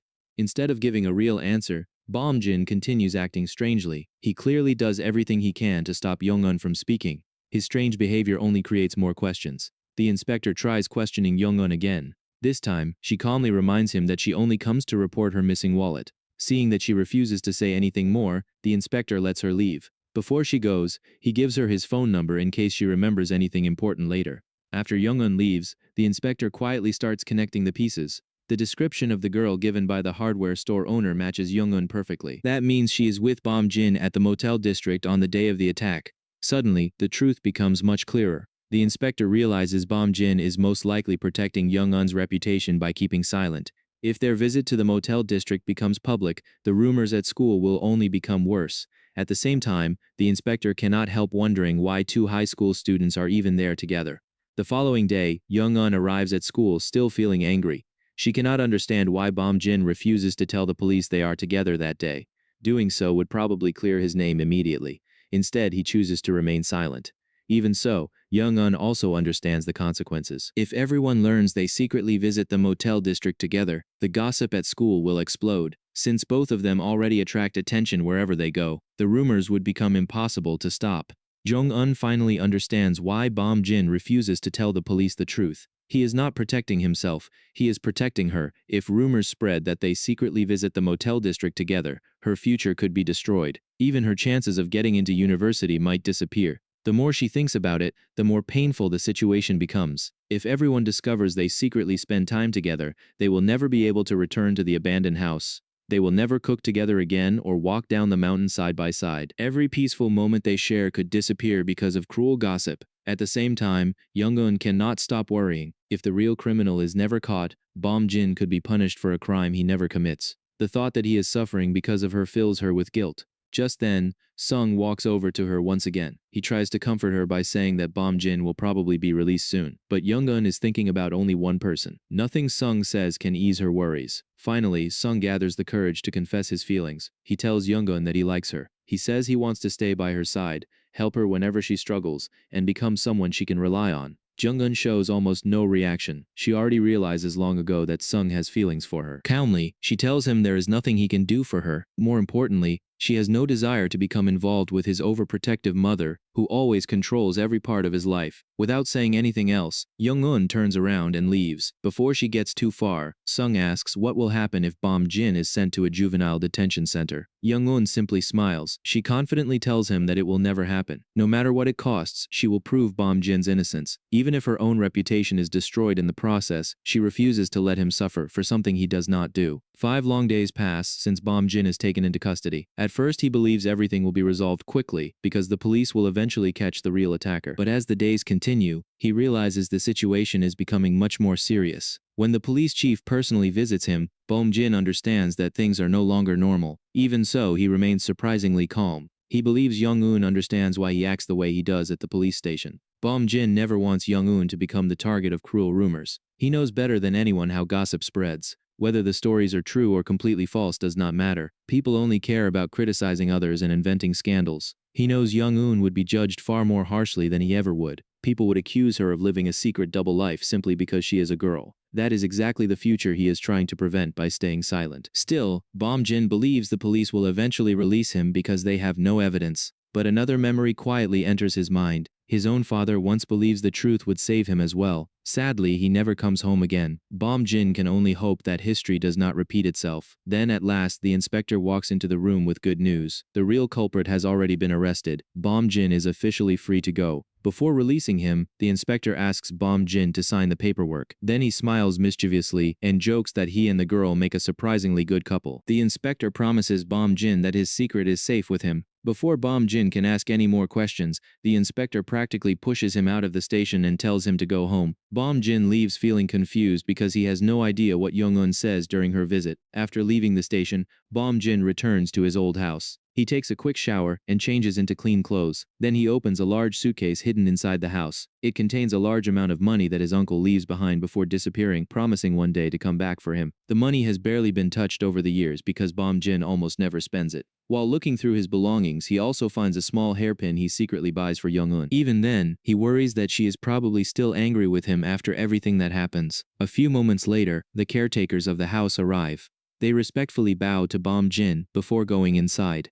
Without saying much, Bom Jin quietly leaves and heads toward the abandoned house on the mountain. When he arrives, he immediately notices that Young-un has already been there. Everything inside is neatly cleaned, just as always. The only thing left behind is a bag of food that is already spoiled while he is locked up. Not long after, Young-un suddenly rushes inside. She is completely out of breath after running all the way there. At first, Bom Jin expects a happy reunion. Instead, he is greeted by an extremely angry Young-un with tears already filling her eyes. She immediately calls him an idiot. She cannot understand why he never tells the police they are together that day. Instead, he lets himself stay locked up like a criminal for something he never does. Bom Jin calmly explains that the police already catch the real culprit, but Young-eun does not care about that anymore. What hurts her the most is knowing he chooses to suffer alone instead of telling the truth. Through her tears, she says she does not care what people would think about her. She believes the entire situation is her fault from the beginning. Then she asks whether he expects her to feel grateful because he sacrifices himself for her. She quickly makes it clear that she is not that kind of person. Jung-eun continues scolding him without holding anything back. Because she spends every day worrying about him, she does not study at all. Now the exams are only 3 days away, and she blames Bom Jin for every sleepless night she endures. Trying to calm her down, Bom Jin reminds her that she is still the smartest student in school, but Jung-eun shakes her head. She says that means nothing because she cannot even open her books while worrying about him. Bom Jin gently asks her to stop crying. Jung-eun immediately denies it and insists she is not crying at all. According to her, she is simply furious. Hearing that, Bom Jin almost laughs. But this guy quickly realizes that laughing now would only make things much worse. Without warning, Jung-eun suddenly throws herself into his arms. This time, she hugs him with all her strength. The tears she holds back for days finally burst out. She has been terrified of losing him. Unlike before, Bom Jin does not hesitate. He quietly wraps his arms around her and hugs her back. Without saying many words, he lets her know that he is finally home. The emotional moment lasts for several minutes before Jung-eun slowly calms down. Later, Bom Jin prepares his famous ramen once again. Sitting together, Jung-eun feels strangely happy. After everything they go through, simply eating the ramen he cooks feels comforting enough to make her smile again. She then explains why she runs there so quickly. Earlier that day, she hears at school that Bom Jin has finally been released. She immediately buys some tofu from a nearby shop because she wants him to use it in his ramen. But the moment she actually sees him, all of her fear turns into anger instead. Looking at Bom Jin, she admits he is responsible for all the sleepless nights she spends worrying about him. Bom Jin quietly tells her not to bottle up her feelings. If she has something to say, he wants her to say it honestly. As they continue talking, Bom Jin asks what she tells the inspector. Jung-eun calmly replies that she simply tells him everything. Bom Jin refuses to say himself. That answer immediately catches him off guard. Bom Jin cannot understand why she takes such a risk. He reminds her that the police have no real evidence against him anyway. He believes he would eventually be released without exposing her. But now another problem appears. If the inspector ever reveals the truth, Jung-eun could become the center of endless rumors, exactly what Bom Jin has been trying to prevent from the very beginning. Jung-eun quietly tells Bom Jin that she no longer cares about what people say about her. According to her, the dirt people throw at her has always been there anyway. Rumors cannot hurt someone who has already lived through so much. Trying to lighten the mood, Bom Jin jokingly says that nobody would ever believe the school's top student worries so much about someone like him. Then, with a playful smile, he tells her she should thank him properly. Out of nowhere, he asks the question she never expects. He asks if she likes him. The sudden confession catches Jung-eun completely off guard. Her face instantly turns bright red. Embarrassed, she quickly stands up and fires the question back at him instead. She says that he must be the one who likes her. After all, he stays silent at the police station only because he does not want to damage her reputation. Bom Jin does not deny it for even a second. Instead, he honestly tells her that his feelings are already obvious. Then he asks whether she feels the same way about him. In other words, Bom Jin finally confesses his love. Jung-eun blushes even harder and nervously asks what he could possibly like about her. Bom Jin answers without hesitation. He admits that he thinks about her every single night. Not even for 1 second can he get her out of his mind. If that is not love, then he says he must be completely crazy. Jung-eun realizes she can no longer hide her own feelings. Even without saying the words, her silence already gives him the answer. Seeing her reaction, Bom Jin gently reaches out and caresses her cheek. With a warm smile, he tells her that everything is clear now, but before anything else, she needs to focus on studying. As for him, he jokes that he will go sleep like a good cat while waiting for her answer. Jung-eun finally makes him a promise. She says she will officially answer his confession after the university entrance exams. If she manages to finish in first place, then she will give him her reply. Bom Jin immediately jokes that she should tell him who finishes in second place. He says he will bury that person so she can easily become number one. Jung-eun quickly tells him not to say something so ridiculous unless he wants to end up back at the police station. Bom Jin laughs and confidently tells her that nobody can beat her anyway. He believes in her more than anyone else. All she has to do is trust herself. His confidence gives Jung-eun even more determination. From that moment on, Jung-eun studies day and night without wasting a single minute. Finally, the long-awaited examination day arrives. Every student concentrates on the test with complete focus. Bom Jin, however, finds it difficult to concentrate. Ever since his father's death, he feels trapped inside a life he never chooses. Studying peacefully is never easy for him, but this time, something is different. Every time he looks up, he sees Young-eun sitting in front of him. Watching her quietly focus on her exam somehow calms his heart.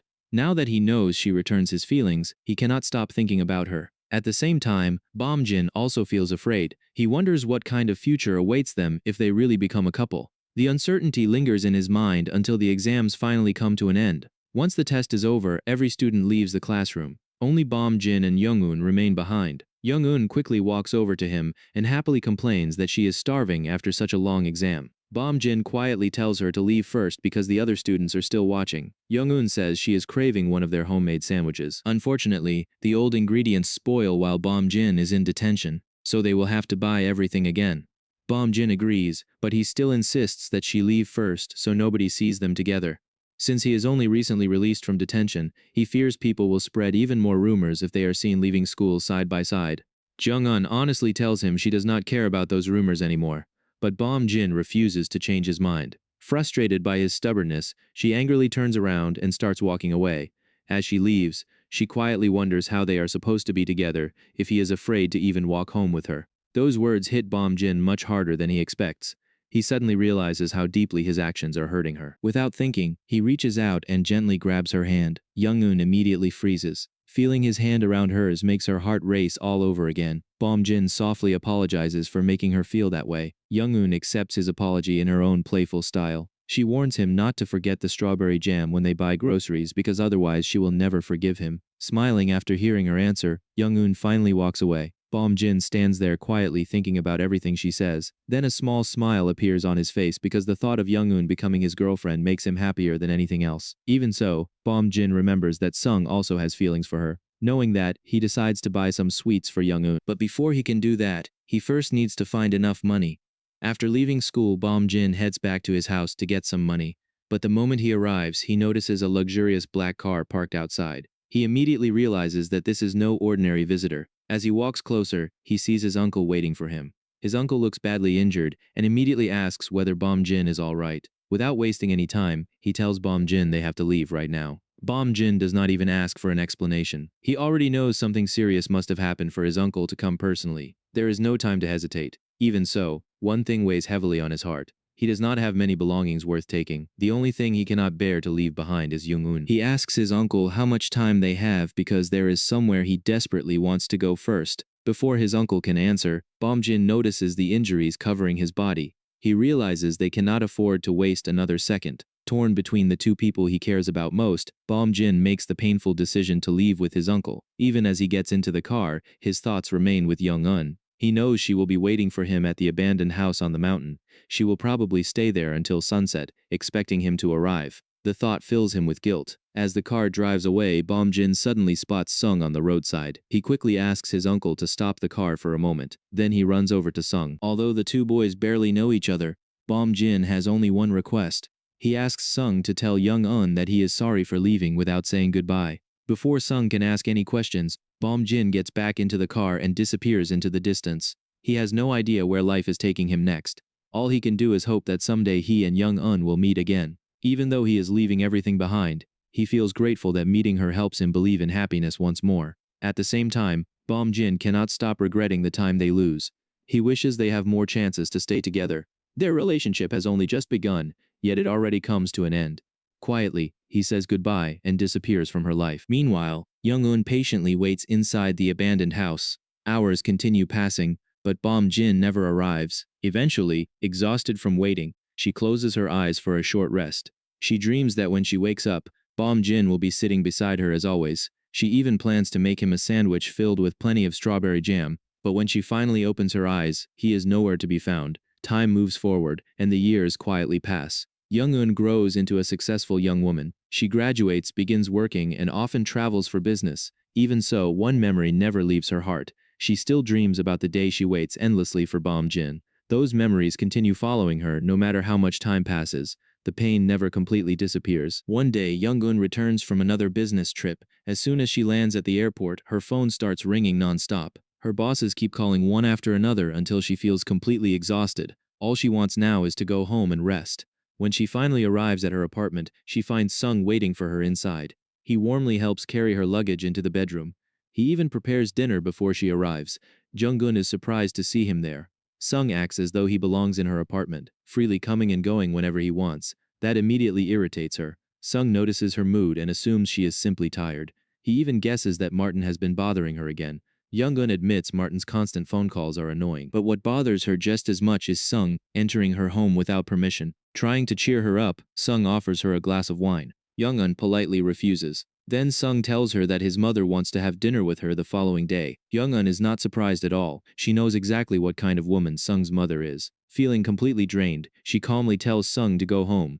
She also warns him not to enter her apartment again without telling her first, or she will change the security password. Sung's expression immediately turns gloomy. He quietly admits that he has nowhere else he truly feels comfortable. According to him, almost everyone around him only wants to take advantage of him. Jung-un quietly listens as Sung tells her that she is the only person he can truly talk to. According to him, everyone else around him only wants something in return. Even though his words annoy her, she also knows he has never been good at building real friendships. The situation feels strangely ironic to Jung-un. She has nobody she can lean on anymore. Yet Sung chooses to rely on her. In the end, she agrees to talk with him for a little while. Before coming back, she changes into more comfortable clothes. The next morning, Jung-un attends a meeting with Sung's mother, who is also the director of the company where she works. The meeting is supposed to focus on the business trip she recently completes. She begins presenting a detailed report about the project. The company is planning a major investment in Asian infrastructure to stimulate economic growth. Since Hong Mi's brother is involved in the project, she wants to prove herself through strong business results. Jung-un carefully prepares every detail of the report. Before she can continue, Sung suddenly interrupts. He asks his mother to let Jung-un rest because she barely sleeps the previous night. His unexpected comment immediately catches everyone's attention. His mother looks at him with suspicion and asks whether he visits Jung-un the night before. Without thinking, Sung casually admits that he does. He even says they share a glass of wine together. The moment Jung-un hears that, she almost loses her composure. She cannot believe Sung blurts out something so personal without considering the consequences. His careless words could easily create misunderstandings that damage her reputation. Sung's mother immediately asks another question. She wants to know whether Sung goes to see Jung-un after spending time with Sarah. Sung becomes visibly nervous. His mother reminds him that she personally arranges his meeting with Sarah. Sarah is a successful and demanding woman who rarely agrees to meet anyone. She only accepts the meeting after seeing Sung's photographs. According to his mother, forming a relationship with Sarah would greatly benefit the Hong family. She also tells Sung that he should appreciate Jung-un's hard work because Jung-un is the one who makes that meeting possible. Sung is completely surprised by the revelation. He immediately asks Jung-un whether she really agrees to all of this. Before she can answer, his mother cuts in once again. She firmly tells Sung to stop creating unnecessary problems and simply do what is expected of him. Jung-un quietly supports the idea. She tells Sung that Sarah is probably the most suitable fiancé for him because they share similar interests and backgrounds. Those words completely crush Sung. The woman he truly wants is standing right in front of him, yet she is encouraging him to marry someone else. Losing his appetite, he quietly stands up and walks away from the table. After Sung leaves, his mother turns her attention back to Jung-un. She admits that Sung behaves very differently compared to when he studies overseas. Back then, he dates many girls without any hesitation. Now, everything seems to change. Jung-un immediately understands where the conversation is heading. She calmly explains that she keeps a professional distance from Sung and only considers him a friend. She hopes that answer will end the discussion. Instead, Sung's mother coldly tells her that she does not believe a single word. She warns Jung-un that if she wishes to protect everything she achieved so far, she must stay away from her son. The warning feels more like blackmail than advice. Jung-un cannot easily refuse because Sung's mother once saves her mother's life. She pays all of her hospital bills and medical expenses when nobody else is able to help. Feeling indebted, Jung-un has no choice but to endure the pressure. She understands that every favor comes with a price. That reality makes her position inside the company even more complicated. The following morning, Jung-un receives a new assignment from her supervisor. She is ordered to travel to Busan and oversee preparations for relocating a factory. The project will require her to stay there until every detail is completed. Her supervisor explains that he leads the company's risk management team, which operates under Hong's leadership. The project is extremely important, so Jung-un is expected to remain on site for as long as necessary. Inside the company, two powerful factions are constantly competing against each other. One side is led by director Hong In-so, who is both Hong Mi's brother and her biggest rival. The other side is controlled by Vice President Nok-sik, Hong Mi's husband and Sung's father. Although Jung-un is only an ordinary employee, she attracts attention from both groups. Because she is a scholarship recipient supported by Sung's mother's foundation, many influential people inside the company have already begun keeping a close eye on her. Even though Young-eun is only an ordinary employee, many people inside the company pay close attention to her. Part of that attention comes from her connection to Sung, the head of the planning team, because he is always seen around her. Rumors continue spreading throughout the company. In reality, Sung's mother is using Young-eun's hard work to strengthen her own reputation. At the same time, Sung's obvious attachment to Young-eun makes many employees believe she could someday become part of the Hong family. Still, everyone assumes those rumors will disappear once Sung marries Sarah and fulfills his mother's wishes.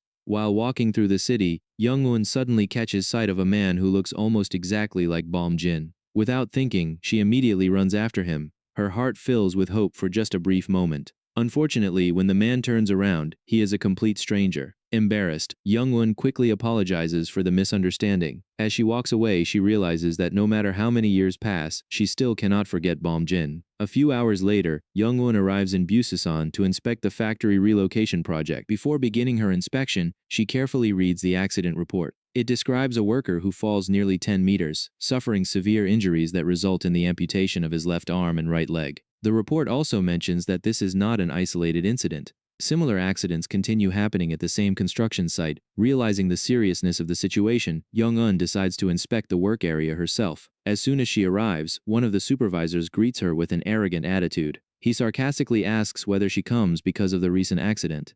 The moment he sees her, he even mocks her appearance, calling her a delicate young lady who probably knows nothing about construction work. The supervisor smugly offers to answer all of her questions. Jung-eun immediately rejects his attitude.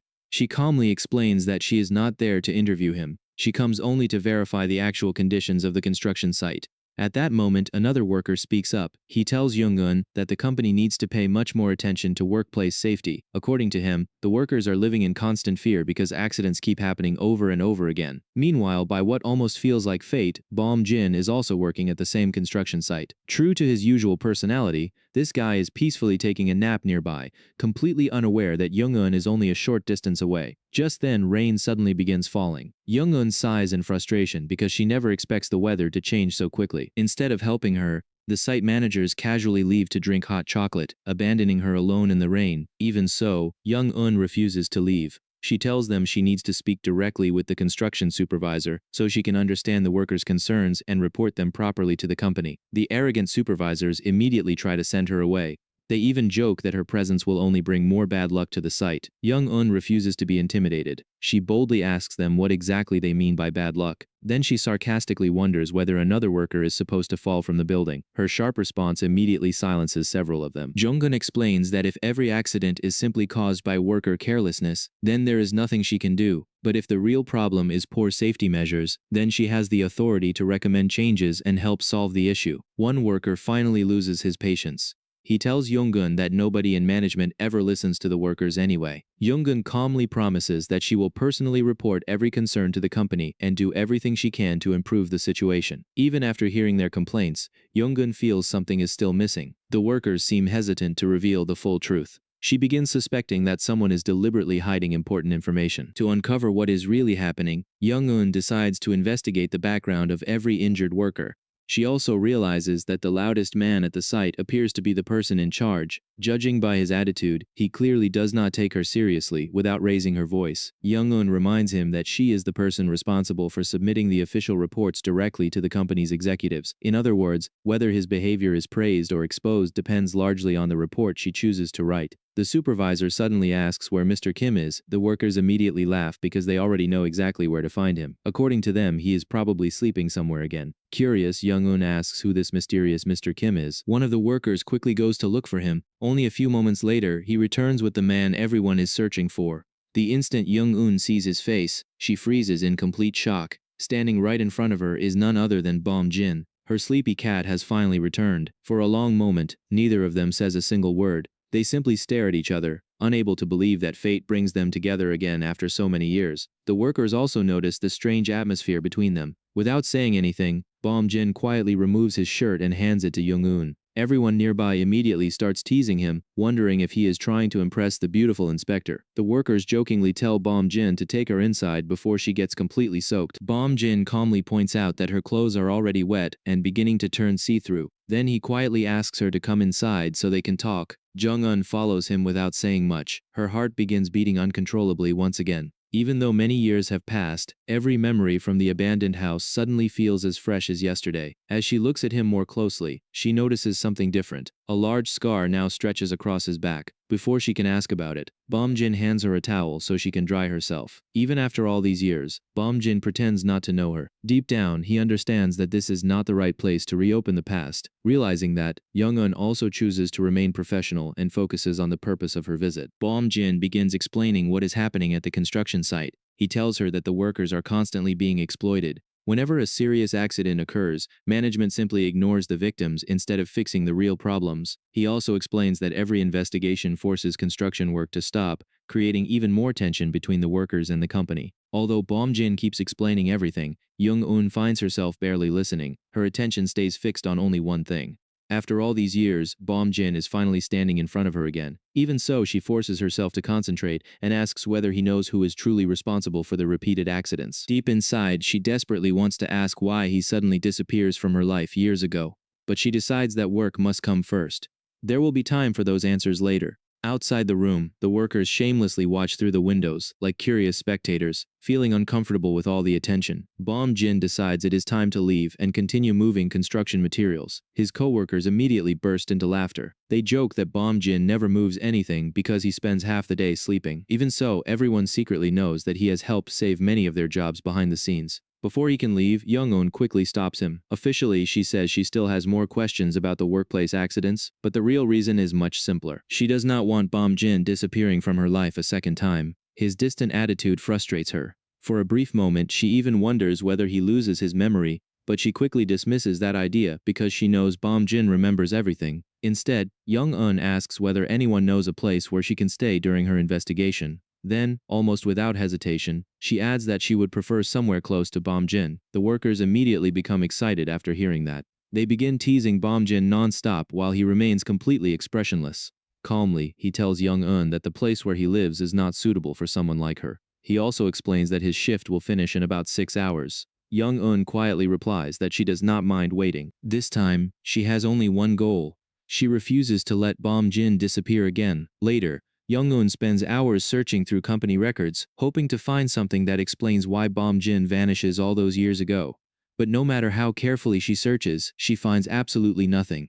There is still no trace of what really happens to him or why he leaves without saying goodbye. Despite searching through every document she can find, Young-un discovers absolutely nothing about Bom Jin's past. There is no record explaining why he suddenly disappears all those years ago. The only thing she remembers is an old rumor from school claiming that gangsters take him away. Looking at him now, she has no idea whether that story is actually true. Countless questions fill her mind. She wants to ask him everything, but before she can, her phone suddenly rings. The call is from Sung Sung. Immediately asks where she is and why she ignores all of his calls. As always, this guy wants to know every little detail about her life. Young-un simply tells him that she is working and will not be returning home for several days. Still unsatisfied, Sung asks where she is staying and which hotel she chooses. His constant questioning quickly irritates Young-un. She calmly tells him that she has not decided where she will stay yet. Sung immediately offers to reserve a comfortable hotel for her, but Young-un refuses without hesitation. She tells him she wants to choose her own accommodation. She has no intention of depending on him anymore.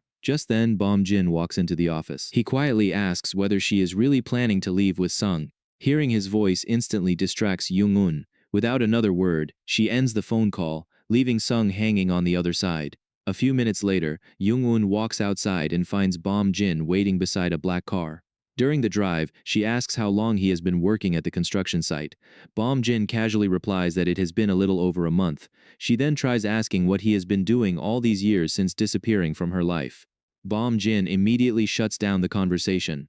He calmly says that those questions have nothing to do with company business. Realizing he has no intention of answering, Young-un changes the subject. She mentions Choi Jun, the man who rudely pushes her toward Bom Jin earlier. Bom Jin explains that Choi is the workers' representative, and everyone simply calls him President Choi. Bom Jin once again suggests that Young-un stay in a nearby hotel. According to him, there are several decent ones only 10 minutes away. he believes she will be much more comfortable there. Jong-un quietly smiles and tells him that small places have never bothered her. After all, she grows up living in a tiny house herself. For a brief moment, she feels as though her 18-year-old self has returned. Not long afterward, they arrive at Bom Jin's home. The elderly landlady is completely surprised to see him bringing a young woman with him. She immediately becomes curious about the unexpected guest. Jung-un politely introduces herself and explains that she is looking for a place to stay for a few days. The landlady honestly tells her that the building is old, worn down, and not suitable for someone like her.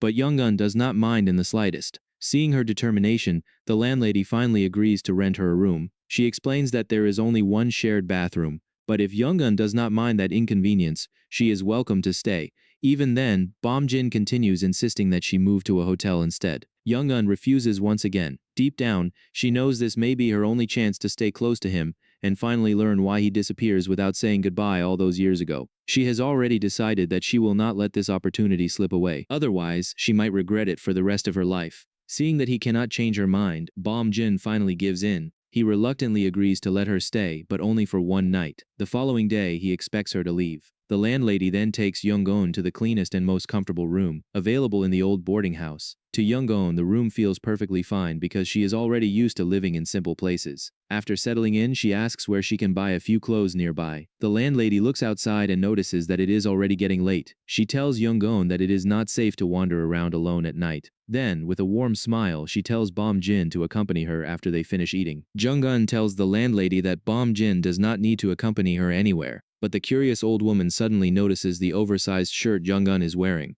Smiling, she asks whether it actually belongs to Mr. Kim. The question catches Jung-un completely off guard. She has been so distracted that she does not even realize she is still wearing Bom Jin's shirt. Seeing her embarrassed expression, the landlady kindly offers to find her something more comfortable to wear. A few moments later, she returns with a pair of floral pants and tells Jung-un to change before coming downstairs for dinner. Bom Jin quietly watches the entire exchange. Even though he notices everything, he pretends not to pay any attention. Surprisingly, Jung-un feels completely at peace in the old boarding house. It is quiet, simple, and free from the pressure of her busy life. For the first time in a long while, she feels like she can finally relax. Soon, Jung-un comes downstairs wearing her new clothes. Bom Jin has also cleaned up, and as always is dressed in another plain black shirt. Just as Jung-un is about to take a shower, the landlady calls everyone to dinner, forcing her to postpone it. The three of them quietly eat together. Nobody says a word until the landlady finally breaks the silence. She cheerfully tells Bom Jin to take Jung-un downtown because she probably needs to buy a few things. Bom Jin immediately replies that Jung-un will move into a hotel the next day anyway. According to him, she will have plenty of time to shop after that. But Jung-un quickly disagrees. She firmly says she has no intention of leaving because she finds this place surprisingly comfortable. Bom Jin looks at her and asks why she insists on staying so badly. Without hesitating for even a second, Jung-un honestly answers that it is because he is here. The landlady cannot help smiling after hearing such a direct confession. She jokingly tells Bom Jin that Jung-un is an incredibly straightforward girl. Bom Jin simply sighs and calls her stubborn instead. In the end, Bom Jin gives up and agrees to accompany her into town. After arriving downtown, he tells Jung-un to buy whatever she needs while he waits outside a nearby pharmacy. As Jung-un shops for clothes, she remembers how carefully she used to spend every penny. Most of her income always goes toward her mother's medical bills and daily expenses. Buying new clothes is almost a luxury for her. She also realizes that the most expensive clothes she owns are the gifts Sung gives her over the years. Even then, she never wears them. Instead, she quietly stores every gift away without ever touching them. This time, she simply buys a few ordinary blouses. When she leaves the store, she notices Bom Jin smiling while talking on the phone. Her imagination immediately runs wild. She starts wondering whether he already has a girlfriend. Lost in those jealous thoughts, Jung-un steps into the street without paying attention. A motorcycle suddenly races toward her at full speed. At the very last second, the rider slams on the brakes and barely avoids hitting her. Jung-un stands there completely frozen. The next moment, Bom Jin rushes over and immediately pulls her into a tight hug. His only concern is making sure she is safe. The motorcyclist angrily tells Bom Jin to stop making such a big scene because he never actually hits her. Bom Jin slowly turns and gives him a cold, intimidating stare. That single look is enough to terrify the young rider, who quickly drives away without another word. Bom Jin gently helps Jung-un cross the street because she twists her ankle during the incident. He also notices that the floral pants the landlady lends her are now torn. more than the accident itself. Young-un is surprised by Bom Jin's reaction. For a brief moment, she thinks everything can finally go back to the way it used to be. But instead of talking, Bom Jin quietly tells her to wait there, while he goes to buy medicine and bandages. Jung-un cannot hide her disappointment. She asks whether treating her injuries is really more important than talking to her after all these years. Bom Jin calmly answers that right now, the most important thing is making sure she is all right. At that moment, Young-un fully understands why Bom Jin remains so precious to her. He is her first love. If he never disappears back then, they would have shared countless memories together. Over the years, Young-un dates other men, but none of those relationships ever lasts. Deep down, she never truly opens her heart because Bom Jin is always the person she cannot forget. A part of her life has always felt incomplete. Now, after finally finding him again, that missing piece begins to return. A little later, Bom Jin comes back carrying medicine and fresh bandages. Even as Young-un continues asking him countless questions, he skillfully avoids answering every single one. After treating her injury, Young-un asks him to accompany her to one more store. As they continue walking together, she quietly asks the question that has been on her mind ever since they reunite. She wants to know what she should call him now. When Young-un asks what she should call him, Bom Jin calmly replies that she should not call him anything at all. According to him, the two of them are no longer close. Those words hit Young-un harder than anything else. All the hope she quietly builds inside her heart suddenly begins to fall apart. Unable to understand his cold attitude, Young-un finally loses her patience. She raises her voice and asks whether he has completely forgotten about her. Then, unable to hold back anymore, she pours out everything she has been carrying for years. She tells Bom Jin that she searches everywhere for him after he disappears. She goes through the back alleys, visits the police station over and over again, and keeps asking whether anyone has news about him. While everyone else forgets him, she is the only person who refuses to give up searching. Even after hearing that he leaves town, she continues visiting the police station day after day. Nobody around her seems to care whether Bom Jin is alive or dead, but she never stops believing that one day she will find him again. Despite hearing every word, Bom Jin shows almost no reaction. Instead, he quietly asks her the same question again. He wants to know when she plans to leave. Disappointed by his response, Young-un tells him she has not decided yet, but she also makes one thing absolutely clear. She is not moving to any hotel until he answers every question she has. She wants to know why he suddenly starts calling himself Kim. More importantly, she wants to know why he disappears from her life without saying goodbye. She warns him that if he disappears again this time, she will never forgive him. Young-un also tells him something much more painful. If he chooses to leave again without looking back, then she will finally understand that she never means anything to him. As heartbreaking as that realization would be, at least she would finally have her answer. That night, Young-un cannot sleep at all. She spends the entire night staring at the ceiling, wondering whether Bom Jin has already left again while she is asleep. By morning, dark circles have formed under her eyes. She keeps replaying everything that happens between them, hoping to find some clue that explains his behavior. But no matter how much she thinks about it, she still cannot find the answer she has been searching for all these years. The next morning, she walks outside and meets the kind landlady. The grandmother says she hears about Young-un's accident the previous evening, and asks whether she is all right. Jung-un smiles and says she is perfectly fine, although the borrowed pants are not so lucky. The landlady laughs and tells her not to worry because she has plenty of old clothes just like them. As the two continue chatting, Bom Jin walks out after finishing his shower. The grandmother jokingly tells Young-un that it is always better to let Kim bathe first, because only after he finishes does the hot water finally start working properly. The lighthearted joke briefly eases the tense atmosphere between them. Meanwhile, Bom Jin arrives at the construction site lost in thought. Around this same season years ago he first meets Young-un. Never in his life does he imagine that fate will bring them together again in the exact same way. Deep inside, he secretly hopes to see her again someday. Even so, he never expects that reunion to happen here. He also realizes that Young-un has not changed at all. She is still the same brave and stubborn girl he remembers. At the same time, Bom Jin believes getting close to her again will only create more trouble for her. Protecting Young-un remains more important to him than his own happiness. That is why he keeps pushing her away. Bom Jin then remembers how he ends up working at the construction site in the first place. It all begins because Jun Manso owes money to his organization. After hearing about the repeated accidents at the company, Bom Jin volunteers to investigate the situation himself. Jun Manso's debt has grown to more than 700 million because of his gambling addiction. Although he eventually decides to change after his wife and daughters are injured, another workplace accident destroys his ability to repay what he owes. As a result, Bom Jin's organization creates a different plan to recover the money. While visiting Jun Manso in the hospital, Bom Jin overhears him quietly telling his wife that he does not fall by accident. Someone deliberately pushes him. That shocking confession convinces Bom Jin to secretly infiltrate the construction site and investigate whether one of the workers is responsible for causing the accidents. The last thing he expects is that Jung-eun will arrive there investigating the exact same case.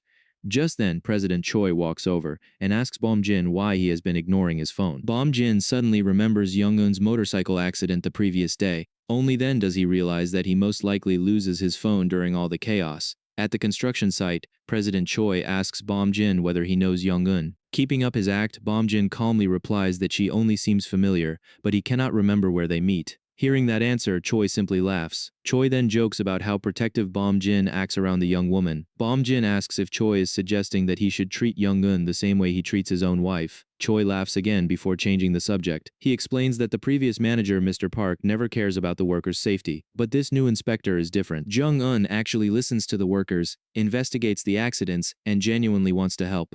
Choi believes she might finally become someone they can trust. With a teasing smile, Choi asks Bom Jin whether he thinks Jung-eun is pretty. Bom Jin answers without hesitation. According to him, she is not just pretty, she is beautiful. Meanwhile, Jung-eun carefully reviews every document in the office. She discovers that numerous complaints about workplace accidents have already been filed. The problem is that none of those complaints ever receive a proper solution. She continues checking every worker's employment record. While going through the files, she suddenly notices that one resume is missing. When she asks the staff whether there are additional personnel records, they insist that those are all the documents they have.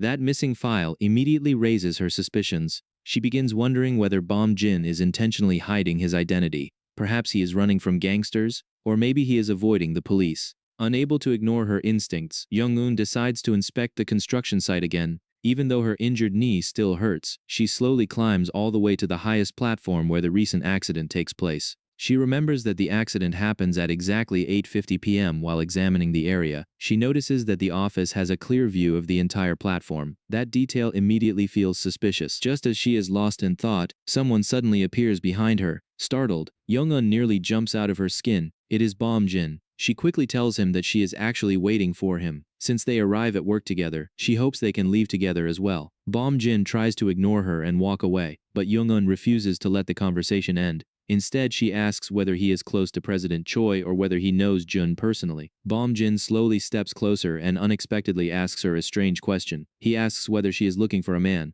The question completely catches Jung-eun off guard. Bom Jin coldly tells her that if she needs someone, she should find another man instead of constantly bothering him. Before he can leave, Jung-eun grabs his hand. Looking straight into his eyes, she tells him that if he truly wants her to disappear, then he must first explain why he disappears from her life all those years ago without leaving a single trace.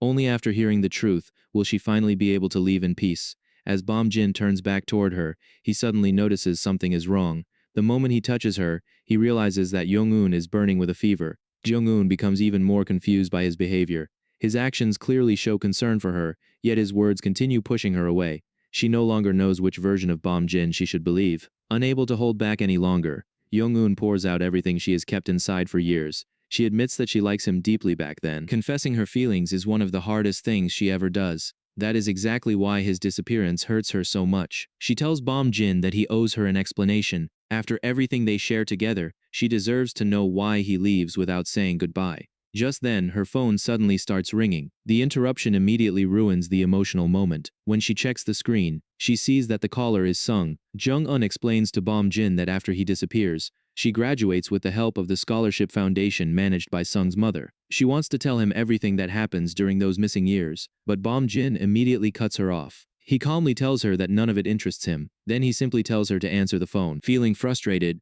Jung-eun reluctantly picks up the call. Sung tells her that he learns someone else is originally supposed to handle the business trip. According to him, her supervisor is only rushing the project by putting all the responsibility on her shoulders. Wanting to help, Sung offers to step in and solve the problem for her. Jung-eun immediately refuses. She tells him to call another time because she is busy. Then, without thinking twice, she adds something that leaves even Bom Jin surprised. She tells Sung that she is currently on a date. Before ending the call, Jung-eun also asks him for one favor. She tells him not to interfere with her work anymore. She already has enough rumors surrounding their relationship, and she does not want to create even more problems. Finally, she makes one thing perfectly clear. Her responsibility is to Sung's mother and the company, not to Sung himself. Jung-un knows this is the only way to finally create some distance between herself and Sung. For years he keeps getting closer to her and repeatedly asks whether she still has feelings for Bom Jin. This time, she decides to end his hopes once and for all. Looking straight at Bom Jin, Jung-un reminds him of the question he asks earlier. He wants to know whether she needs a man. This time, she answers honestly. She quietly tells him that she does. Then she says the only man she wants is him. Bom Jin is left completely speechless before he can even react. Jung-un's exhausted body finally reaches its limit. Her vision blurs, and she suddenly collapses. Meanwhile, Hong Mi is busy discussing company matters over the phone. She learns that her brother Hong is trying to replace the company's vice president, who also happens to be her husband. If that happens, her influence inside the company will become dangerously weak. To protect her position, Hong Mi plans to secretly increase her control over several key business divisions before her brother notices. She believes the fastest way to achieve that goal is through Sung's marriage. She is convinced that marrying Sarah will strengthen their family's influence.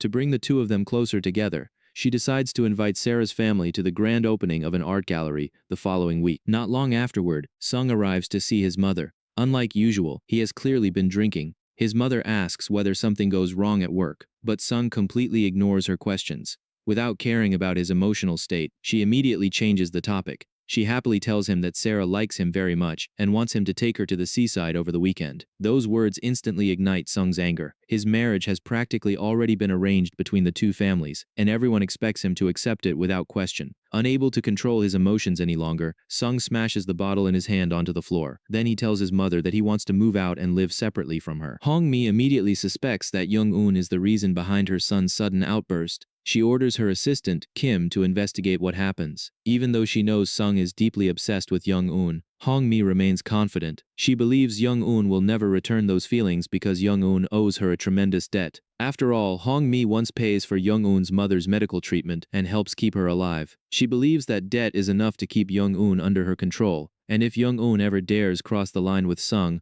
Hong Mi is certain she has enough power to destroy her career completely. Meanwhile, Jung-un slowly regains consciousness in a hospital room. Sitting quietly beside her bed is Bom Jin. Seeing him peacefully asleep nearby, she cannot resist the temptation. She secretly takes out her phone and snaps a picture of him. The camera sound wakes Bom Jin almost immediately. He asks what she is doing. Trying to hide the truth, Jung-un quickly claims she is only taking a selfie. Curious about what happens, she asks how she ends up in the hospital. Bom Jin calmly explains that she faints because of her fever. He carries her downstairs from the third floor, puts her into the car, and rushes her straight to the hospital. Jung-un then asks when she can leave. Bom Jin tells her the doctors want to keep her for about 1 more hour because her fever has not completely gone away. Even while lying in a hospital bed, Jung-un cannot stop thinking about the investigation. She tells Bom Jin that after being discharged, she plans to visit June because she has a strong feeling that she will finally discover an important clue. Bom Jin looks at her and quietly asks whether the company is at least paying her enough to risk her life like this.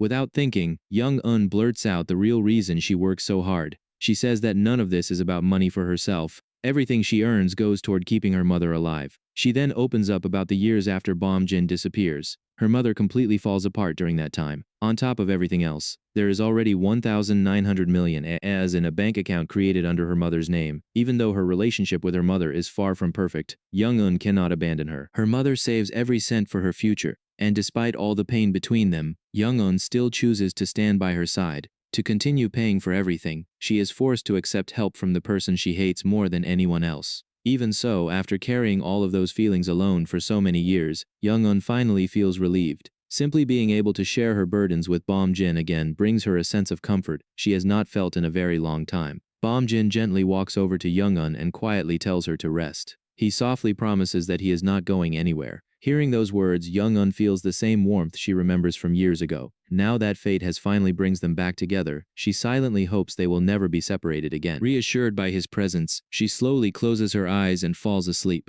The moment she is asleep, Bom Jin carefully picks up her phone. Using her fingerprint, he unlocks the device and opens the photo gallery. Without hesitating, he deletes the picture she secretly takes of him. After making sure the photo is gone, Bom Jin quietly leaves the hospital. Outside, he immediately calls someone he refers to as his brother. During the call, he asks whether everything is going according to plan. Instead of explaining anything, Bom Jin simply asks him to track the location of his missing phone. The man on the other end replies that he is already in the city under the president's orders. Bom Jin quickly asks whether anyone mentions his name. Fortunately, the answer is no. Satisfied, he tells the man to bring his recovered phone to the hospital's emergency room. While using Young-eun's phone, Bom Jin notices several missed calls from Sung. He says nothing about them and quietly puts the phone away. Not long afterward, a young man arrives at the hospital. He is genuinely happy to see Bom Jin safe. His name is Sang Woo, and he is actually Bom Jin's personal bodyguard. Bom Jin immediately becomes cautious. He does not want Sang Woo wandering around the city because if Young-eun sees him, she might begin suspecting Bom Jin's true identity. He gives Sang Woo very specific instructions. First, he must go to the landlady's house and introduce himself as Bom Jin's cousin. Second, no matter what Young-eun asks, he must never answer any questions about Bom Jin's past. Without hesitation, Sang Woo agrees to every order. Bom Jin then warns him that if he slips up even once, he will immediately send him back to Seoul. Later, Young-eun returns to the boarding house and meets Sang Woo for the first time. Just as instructed, he introduces himself as Bom Jin's cousin. Curious as always, Young-eun immediately starts asking him one question after another. Sang Woo struggles to keep the secret. Before he realizes it, he accidentally blurts out something and asks how she knows his brother. The moment Bom Jin appears, Sang Woo immediately realizes he makes a mistake. Embarrassed, he lowers his head because he fails to keep his promise. Watching the exchange, Young-eun becomes even more convinced that both of them are hiding something important from her. The following day, Young-eun returns to the construction site. Officially, she says she is taking photographs to document safety conditions, but in reality, she spends just as much time secretly taking pictures of Bom Jin whenever she gets the chance. At the same time, another problem appears. Jun refuses to meet with her no matter how many requests she sends. That refusal only makes Young-eun even more suspicious, determined to uncover the truth. She contacts Jun's legal guardian directly. After repeated attempts, she finally succeeds in arranging a meeting. A few hours later, Young-eun arrives at Busum Hospital to meet Jun. However, before she can ask any meaningful questions, Jun's wife angrily throws water at her and forces her to leave. Not wanting to create a bigger conflict, Young-eun quietly walks away. Unfortunately, she leaves the hospital with almost no useful information. Meanwhile, back at the construction site, several workers notice a large man standing beside Bom Jin's car. Because of his intimidating appearance, they immediately assume he is some kind of gangster. Bom Jin knows they are talking about Sang Woo. Even though he tells Sang Woo to stay inside the vehicle and avoid attracting attention, the bodyguard refuses to sit still. His muscular build only makes everyone even more suspicious. As the workers continue chatting, one of them brings up another accident at the Shinjin construction site. Unlike the victims at their own workplace, that injured worker receives compensation almost immediately. That revelation catches everyone's attention. It soon becomes clear that similar workplace accidents are happening at multiple construction sites, not just one. The pattern is becoming impossible to ignore. Without drawing any suspicion to himself, Bom Jin quietly leaves the area. He immediately makes a phone call and instructs someone to expose the construction accidents through local newspapers. He knows that once the media starts reporting the truth, public pressure will rapidly increase. And that pressure may finally force Han Zhong and the people responsible to reveal what they have been trying so hard to hide. Bom Jin also asks for a complete list of every fall-related accident that has happened over the past few months. On top of that, he wants to compare the victims' names with the list of people who owe money to his company. He already suspects these accidents are not random. Someone is deliberately causing them. Now he wants to find out whether every victim has a motive that connects them to the case. Later, while talking with Young-eun, Bom Jin tells her that he is only doing what any ordinary person would do. Young-eun, however, wants to keep drinking. Bom Jin initially refuses, but after enough stubborn insistence from her, this guy eventually gives in. Trying to change the subject, Bom Jin brings up her failed visit to the hospital. He says he hears that Jun refuses to meet her. Young-eun calmly replies that she has no intention of giving up. She explains that even though she cannot question Jun directly, she still confirms something important. It seems unlikely that he receives proper compensation, and the company is trying to dismiss everything as nothing more than a normal workplace accident. Bom Jin immediately asks whether she has any proof to support that conclusion. Young-eun admits she is still collecting evidence, but she is determined to uncover the truth behind the accidents. She reveals her next plan. She intends to use Mr. Hun as an inside source because she learns that he is the one who originally reports the problems with the site's safety equipment. If someone deliberately ignores those reports, then money is probably the real motive behind everything. Hearing this makes Bom Jin increasingly uneasy. He knows that the deeper Young-eun digs into the case, the more danger she will face. If the people behind the accidents realize what she is doing, they will almost certainly try to silence her. Young-eun notices the worried expression on his face and asks why he keeps looking at her that way. Bom Jin finally reveals another important detail. He tells her that this is not an isolated incident. 4 workers suffer nearly identical accidents within just a few months. That number is far too large to dismiss as simple bad luck. Jung-un still cannot understand why Bom Jin seems so concerned. He quietly wonders whether all 4 victims are simply seeking compensation or whether someone is intentionally targeting them one by one. Surprised by how much he knows, Jung-un asks why he is telling her all of this. Bom Jin explains that the company he works for is connected to JKB Financial, the same financial company that June owes money to. That revelation leaves Jung-un completely stunned. She begins realizing that Bom Jin may be involved in this case far more deeply than she originally believes. Later that evening, the two of them return to the boarding house together. During the drive, Bom Jin remains unusually quiet. Deep inside, he knows he should never allow himself to become close to Jung-un again. Every smile she gives him reminds him why he falls in love with her in the first place. Even something as simple as her favorite desserts brings back memories he can never erase. Living without her all these years leaves an emptiness in his heart.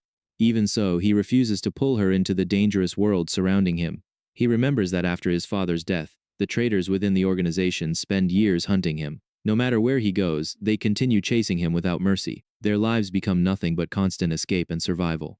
Even after the leader of those traitors dies in an accident, Bom Jin's life never truly becomes peaceful. Using his father's inheritance, he builds his own company, but success only brings new dangers. His growing business attracts outside interference, investigations, and constant scrutiny. Enemies continue watching every move he makes. Because of that, Bom Jin believes someone like him can never live a normal life. To him, Jung-un is someone far too precious to drag into that darkness. She continues shining brightly, building a successful future through her own efforts. The last thing he wants is to destroy that light. That is why he convinces himself that their paths should separate forever. He believes each of them should continue living their own lives. When they finally arrive home, Bom Jin tells Jung-un that once she gathers enough evidence, she should immediately hand everything over to the police. Then he quietly looks at her and sincerely thanks her. He admits that if she never enters his life years ago, he probably never becomes the person he is today.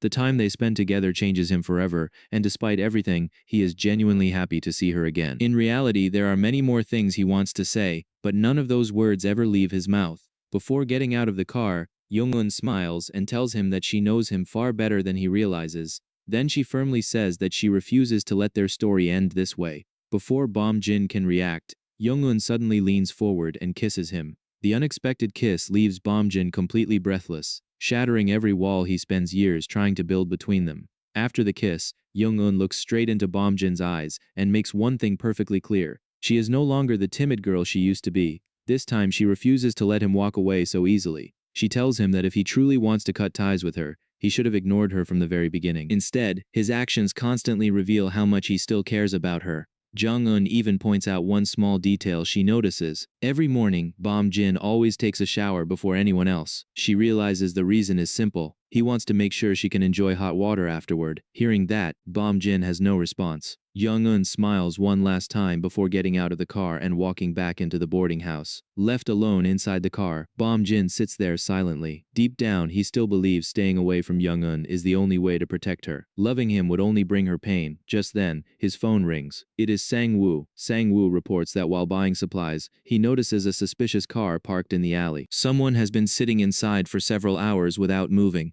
He carefully gives Bom Jin the vehicle's description and license plate number. After hearing the details, Bom Jin immediately recognizes the car. Curious, he walks over and knocks on the driver's window. For several seconds, nobody responds. Then the driver's door slowly opens. To Bom Jin's surprise, the person inside is none other than Sung. Remembering that Jung-un says they work at the same company, Bom Jin calmly asks whether Sung comes because of her. Sung immediately denies it. Wearing a fake smile, he claims he simply has business nearby. Then he casually mentions that Jung-un must be very happy to see Bom Jin again, adding that she probably has not even told Bom Jin everything yet. Bom Jin has no interest in playing along, and starts walking away. Before he can leave, Sung stops him. He asks how long Bom Jin and Jung-un have been seeing each other again. Bom Jin simply replies that Sung should ask Jung-un directly. Trying to make himself sound important, Sung claims he recently argues with Jung-un because he starts seeing another woman. He even says that since he and Jung-un have known each other for so long, he feels Bom Jin deserves to know everything. However, Bom Jin immediately notices how nervous Sung looks. he realizes the entire story is nothing but a lie. Without exposing him, Bom Jin calmly replies that if Sung and Jung-un truly trust each other, then there should be no reason to doubt her. Those words immediately irritate Sung. He warns Bom Jin not to interfere between him and Jung-un. Bom Jin completely ignores the threat.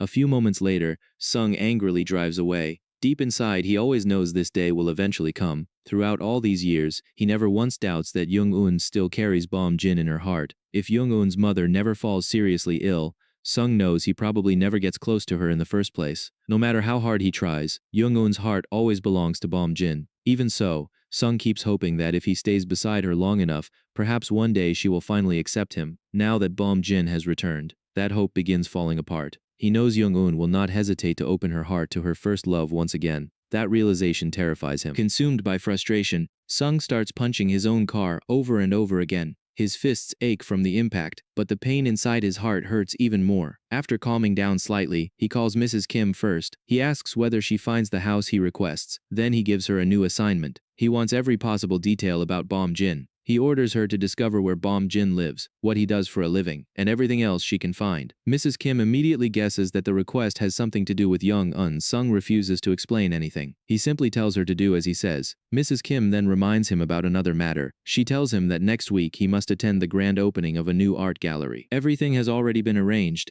including the luxury suite where he will stay. In other words, Sung's mother has already finished preparing everything for his future marriage with Sarah. Annoyed, Sung sarcastically asks whether they are expecting him to spend the night with Sarah as well. Mrs. Kim calmly replies that sooner or later, that is exactly what will happen, because the official engagement announcement is already scheduled for the following month. Hearing that, Sung becomes furious. He has absolutely no intention of marrying Sarah. Instead, he decides to reject the engagement and personally investigate Bom Jin. But Mrs. Kim delivers one final surprise. She tells Sung that she has already investigated Bom Jin as thoroughly as possible. According to her, Bom Jin has no ordinary background, and almost no traceable personal connections. That unexpected report leaves Sung completely stunned. Jung-un continues investigating every connection between Bom Jin and the construction company. Piece by piece, she tries to solve the puzzle. At first, she assumes Bom Jin only joins the company to collect Jun's unpaid debt, but the more she thinks about it, the less that explanation makes sense. If collecting money is his only goal, he could have disappeared long ago after finishing the job. Instead, he chooses to stay. Lost in thought, Jung-un suddenly remembers the kiss she gives him inside the car. The memory makes her blush. Trying to clear her mind, she decides to make herself a sandwich. Before heading to the kitchen, she goes to wash up.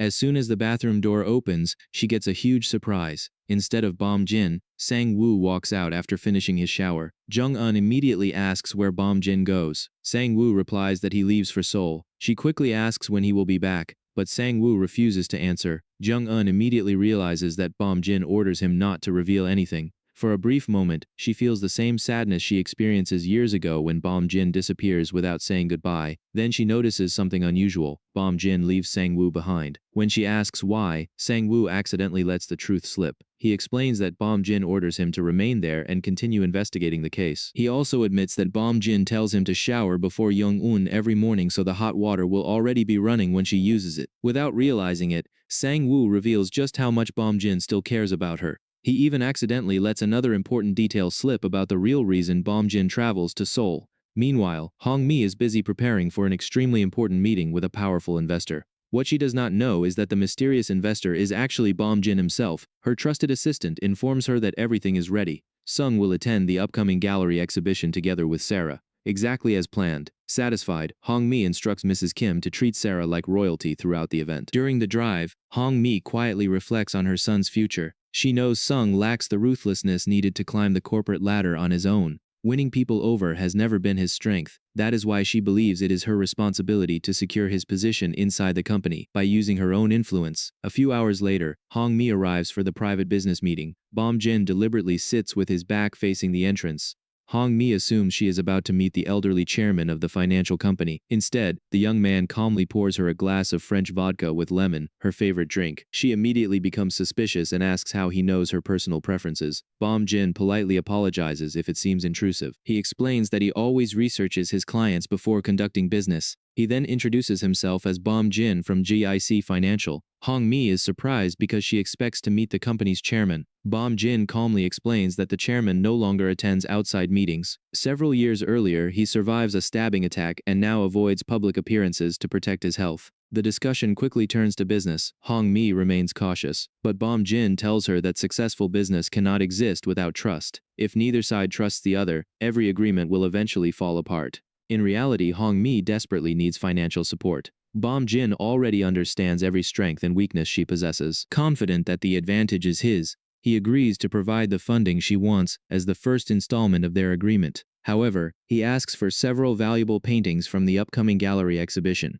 Hong Mi accepts the condition and the deal is completed. After Bom Jin leaves, she quietly reflects on the meeting. Although she still knows very little about him, one thing becomes obvious. Bom Jin operates according to the rules of a world completely different from her own. Back in Busan, Jung-eun suddenly receives a phone call from the company. She is ordered to travel to Seoul the following day and personally deliver an important envelope to Sung at a hotel around at 9:30. The assignment feels strange because she is already busy investigating the Busan project. Even so, she decides to follow the company's orders. She tells Sang-woo that she will be leaving for Seoul the next morning. Without hesitation, Sang-woo volunteers to go with her. He cheerfully says they can travel together in the company vehicle because Bom Jin specifically leaves him behind to act as her bodyguard. Even though he tries to sound professional, his clumsy honesty makes the role of bodyguard surprisingly adorable. Jung-eun finally realizes the real reason Sang-woo stays by her side all this time. He is not there by coincidence. Bom Jin leaves him behind to protect her. While chatting, Sang-woo casually tells her that he is 28 years old, the same age as Jung-eun. He also reveals that he first meets Bom Jin when he is only 20. Curious, Jung-eun immediately asks the question she has been wanting to know. She asks whether Bom Jin has a girlfriend back then. Sang-woo laughs and tells her that plenty of women are interested in Bom Jin. But Bom Jin is always incredibly strict. Whenever someone tries getting close to him romantically, he coldly pushes them away without giving anyone false hope. According to Sang-woo, the only thing Bom Jin is truly weak against is alcohol. After just a couple of glasses of strong liquor, this guy is already completely tipsy. He then remembers one particular night when Bom Jin drinks a little too much. His friends ask why he always keeps his distance from women. While drunk, Bom Jin quietly admits that every time he looks at another woman, only one face appears in his mind. That face is Jung-eun's. Hearing those words, everyone assumes the woman he loves has already passed away because Bom Jin never explains anything else. Now, however, Sang-woo smiles because he knows the truth.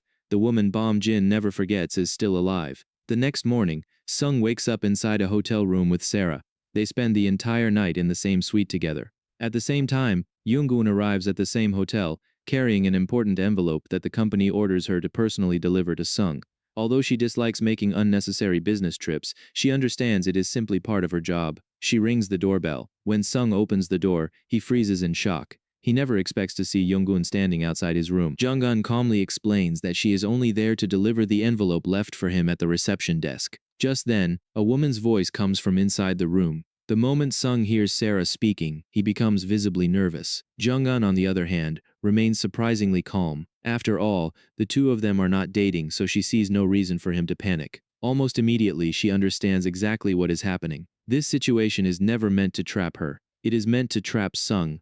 Someone deliberately arranges everything so Jung-eun will discover him sharing a hotel room with Sarah. Sung hurriedly tries to explain that things are not what they look like. Jung-eun gently stops him before he can continue. She tells him there is no need to explain anything. Instead, she sincerely wishes him happiness because she assumes the woman inside must be Sarah, the woman he is supposed to marry. Deep inside, however, Jung-eun realizes how ruthless Hong Mi's plan really is. Rather than respecting her own son's feelings, she manipulates every situation to push Sung closer to Sarah and further away from Jung-eun. After handing over the envelope, Jung-eun turns around to leave. Sung quickly stops her. Instead of listening, Jung-eun quietly warns him to get dressed before coming downstairs. If people see him walking through the hotel wearing nothing but a robe, rumors will spread instantly and damage his reputation.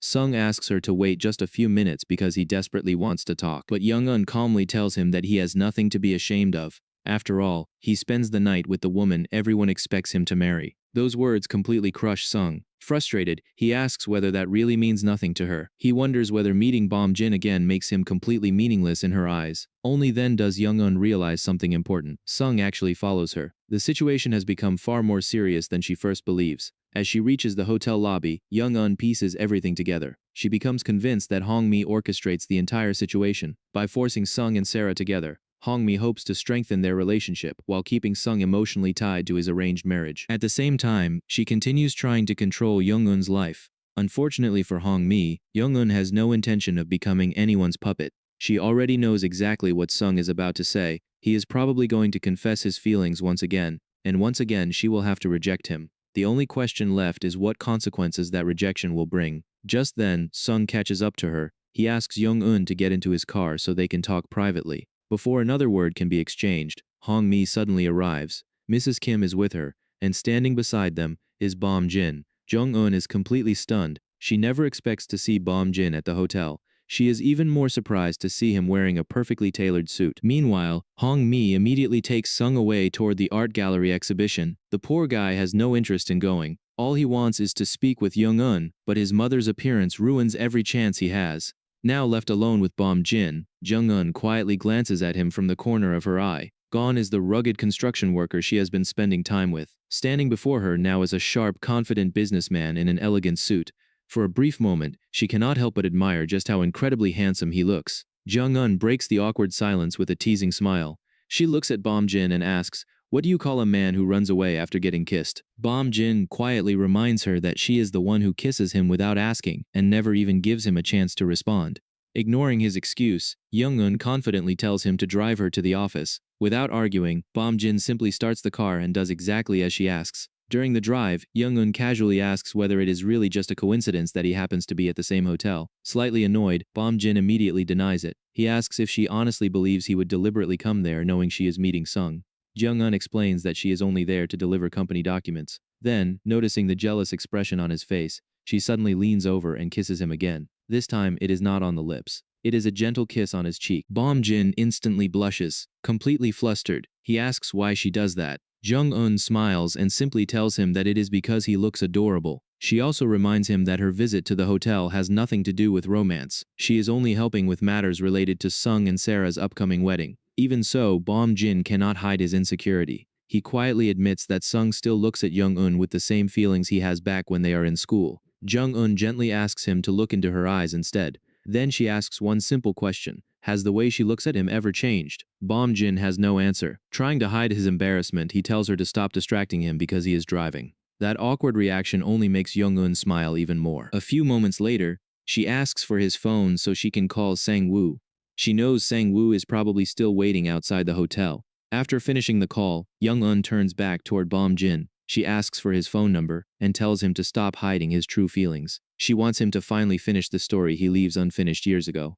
Bom Jin quietly responds that whatever relationship they have only lasts for a single day. That answer immediately frustrates Young-eun. She asks him whether he truly wants her to marry another man. The question hits Bom Jin like a knife. Young-eun finally opens her heart completely. She tells him she hates seeing him with another woman. She hates not knowing where he is. She hates it whenever he suddenly disappears without saying anything. And if something ever happens to him, she wants to be the very first person to know. Then she gives him two choices. If he truly does not want to be with her, he should prepare an amazing wedding gift for the day she marries someone else. Or, he can simply date her instead. Bom Jin quietly tells her that she has no idea what kind of man he really is. Young-eun immediately replies that she wants the chance to learn. She wants to know everything about him, no matter how difficult the truth may be. Bom Jin warns her that once he lets himself love her again, he will never be able to stop. That is exactly why he keeps trying to stay away. Jung-eun refuses to back down. With a playful smile, she asks whether she should start looking for another boyfriend instead. Those words instantly make Bom Jin uncomfortable. The thought of another man standing beside Young-eun is something he simply cannot accept. In the end, Bom Jin finally surrenders. Whether it is because of her determination or her playful emotional blackmail, he can no longer resist. From that moment forward, Bom Jin and Young-eun officially become boyfriend and girlfriend. Before getting out of the car, Young-eun reminds him that she will return to Busan that evening. She immediately invites him to have dinner together. She also insists that he save her phone number and promises that no matter what happens, he must always keep her informed. Bom Jin realizes there is no defeating someone like Young-eun. She is like a storm. Once she enters someone's life, there is no escaping her. Instead of running away any longer, he finally decides to face that storm together with her. Meanwhile, Sung returns home filled with anger. The moment he walks inside, he heads straight toward Mrs. Kim. Without warning, he slaps her across the face. Hong Mi is completely shocked. She cannot understand why her son suddenly treats Mrs. Kim that way. Sung furiously tells his mother to ask Mrs. Kim herself. Hong Mi apologizes and assumes he is angry about the house arrangements she secretly prepares for him. She explains that everything she does is simply because she worries about him, but Sung says that Mrs. Kim destroys something he has been protecting for years. He asks his mother whether she also approves of the trap they set using Sarah at the hotel. Hong Mi calmly insists that Sarah is only there because of business. Sung refuses to believe her. He angrily points out that the man Young-un is seen with is someone who has already been involved with the police. Hearing such disrespect, Hong Mi immediately slaps her own son. She firmly tells him that everything she does is for his future. If he truly wants to repay her, then all he needs to do is become a good son and follow the path she chooses for him. Standing there in silence, Sung finally understands something he never realizes before. For the first time, he truly understands how trapped Young-un feels the day he invites her into this very house. A few minutes later, Hong Mi calls Mrs. Kim into her office. Still irritated by everything that happens, she orders her to explain why Sung suddenly loses control. Mrs. Kim reveals that the previous night, Sung agrees to spend the night with Sarah in exchange for information about Bom Jin. She also reports that Bom Jin and Young-un now appear to be growing much closer. The moment Hong Mi hears that, she immediately understands what truly frightens her son. He is terrified that Bom Jin will take Young-un away from him forever. Mrs. Kim then explains how she arranges the entire situation at the hotel to create distance between Sung and Young-un once and for all. Instead of getting angry, Hong Mi quietly realizes something much more valuable. Bom Jin finally has a weakness, and that weakness is Young-un. If necessary, she may be able to use that weakness to her own advantage. Mrs. Kim carefully advises Hong Mi to investigate Bom Jin more thoroughly before making any future moves. However, Hong Mi has no intention of revealing all of her plans. She already trusts Mrs. Kim as her closest assistant, but she never shares every secret with anyone.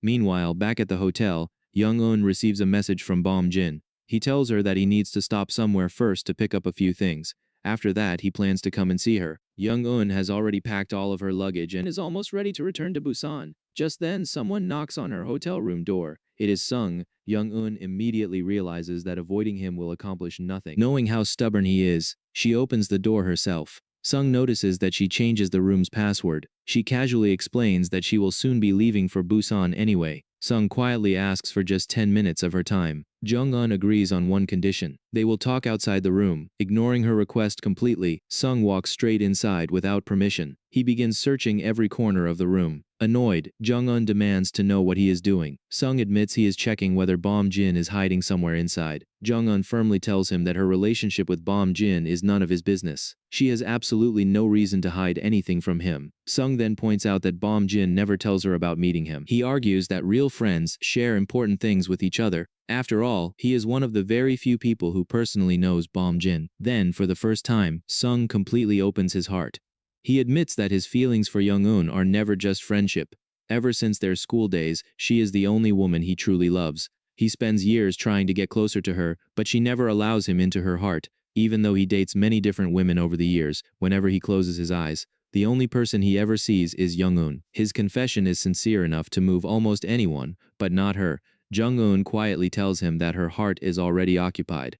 To her, there is a huge difference between Sung and Bom Jin. Still refusing to give up, Sung asks her to give him one chance. He promises to do everything possible to make her happy and give her the best life imaginable. Once again, Jung-un gently but firmly rejects him. She tells him that no matter how much time passes, she will never look at him with the eyes of someone in love. Sung immediately blames Bom Jin. He argues that Bom Jin can never give her a stable or happy life. He even says that she has no idea what kind of person Bom Jin really is. Jung-un calmly shakes her head. She tells Sung that ever since meeting Bom Jin again, she has been living beside him and getting to know him every day. Whenever she is with Bom Jin, she feels safe. Even during their school years, Bom Jin is always the one standing beside her. Only when she is with him does she truly feel free. Only because of him does she learn how to smile again. Only because of him does she dare dream about the future again. That is why. Her heart has always belonged to Bom Jin. Those words completely crush Sung. Then Young-un brings up something from the previous year. She reminds him that after returning from a business trip, he gets drunk and accidentally confesses that he meets Bom Jin before Bom Jin disappears.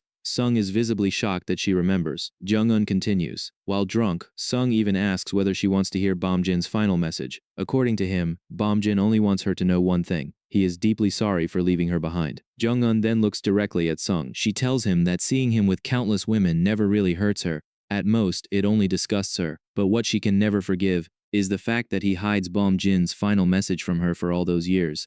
She quietly admits that if Sung is honest from the very beginning and tells her the truth, she might not have spent so many years suffering and waiting without answers. Jung-un quietly tells Sung that if he is honest from the beginning, she never has to spend years searching for Bom Jin in the faces of complete strangers. All the pain she endures, all the unanswered questions, all the years she spends living in uncertainty, they all exist because Sung chooses to keep Bom Jin's final message a secret. This time she tells him she cannot forgive him. Even so, she thanks him for one thing, because in the end, she is finally reunited with Bom Jin, and the feelings she has for him are exactly the same as they are back in their school days. Those words completely push Sung over the edge. Without warning, he grabs Young-eun's wrist and tries to pull her toward him by force. Startled, Young-eun immediately tells him to let go, but Sung completely loses control. For the first time, Young-eun sees a side of him she has never witnessed before. His obsession has turned into violence. Deep inside, she is genuinely frightened. Just then, someone knocks on the hotel room door. To Young-eun, it feels like salvation finally arrives. Sung refuses to let her answer it. Instead, he walks over and opens the door himself. Young-eun's heart races. She has no idea who is standing outside. She even hopes it might be another guest she can ask for help. But the moment the door opens, she freezes. Standing there is Bom Jin. Without thinking twice, Young-eun immediately pulls herself free from Sung's grip. She rushes straight into Bom Jin's arms. Bom Jin's expression instantly turns cold. Looking directly at Sung, he calmly asks whether he visits places like this very often. Trying to provoke him, Sung smirks and replies that he comes here quite frequently. Bom Jin remains completely calm. He quietly tells Sung that whatever happens before no longer matters. If Sung does not want people misunderstanding why he is inside another woman's room, then he should leave immediately. Still clinging tightly to Bom Jin, Young-eun never once looks back at Sung. Although anger burns inside him, Sung realizes he has no choice. Before leaving, he gives Young-eun one final warning. He tells her to be careful on her trip back to Busan. The moment the door closes, Young-eun's legs suddenly give out. Bom Jin notices how badly she is trembling. He gently asks her to look at him. She cannot. Trying to ease the tension, he softly jokes that if she wants a hug, she can simply ask for one. Instead, Young-eun asks him something else. She wants to know how he finds her. Bom Jin explains that Sang-woo calls him after spotting Sung's car outside the hotel. When Sang-woo hears loud noises coming from the room, he immediately becomes worried and contacts Bom Jin. Jung-eun then tells Bom Jin everything that happens. She admits she puts up with Sung's behavior for a long time, but today, everything finally goes too far. Seeing that she is still shaking uncontrollably, Bom Jin says nothing more. Jung-eun quietly looks at him, then she softly asks him to hug her. Without hesitation, Bom Jin wraps his arms around her. Inside, he can only curse Sung for hurting the woman he loves more than anyone else. After calming down, Young-eun quietly admits that she never imagined Sung could become so obsessed with her. Bom Jin gently takes her hand. When he sees the red marks left on her wrist from Sung's grip, his expression immediately hardens. He tells her that staying in this apartment is no longer safe. She should move somewhere else as soon as possible.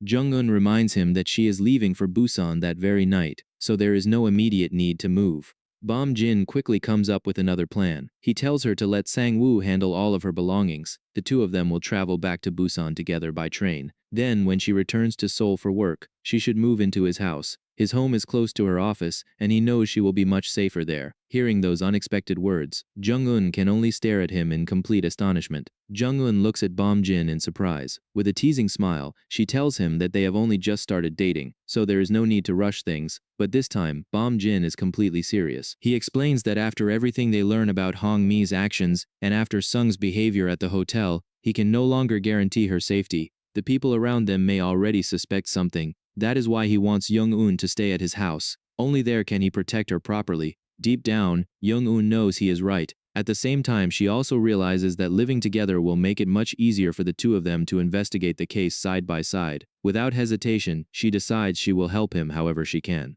The atmosphere between them slowly changes. Bom Jin gently steps closer. This time, he no longer tries to push her away. Instead, he softly cups her face and places a few gentle kisses on her forehead and cheek. Jung-eun cannot hide her embarrassment. She is not used to being this close to him after spending so many years apart. Meanwhile, Bom Jin struggles to hold back the emotions he buries for so long. Simply standing beside the woman he never stops loving is enough to make his heart race.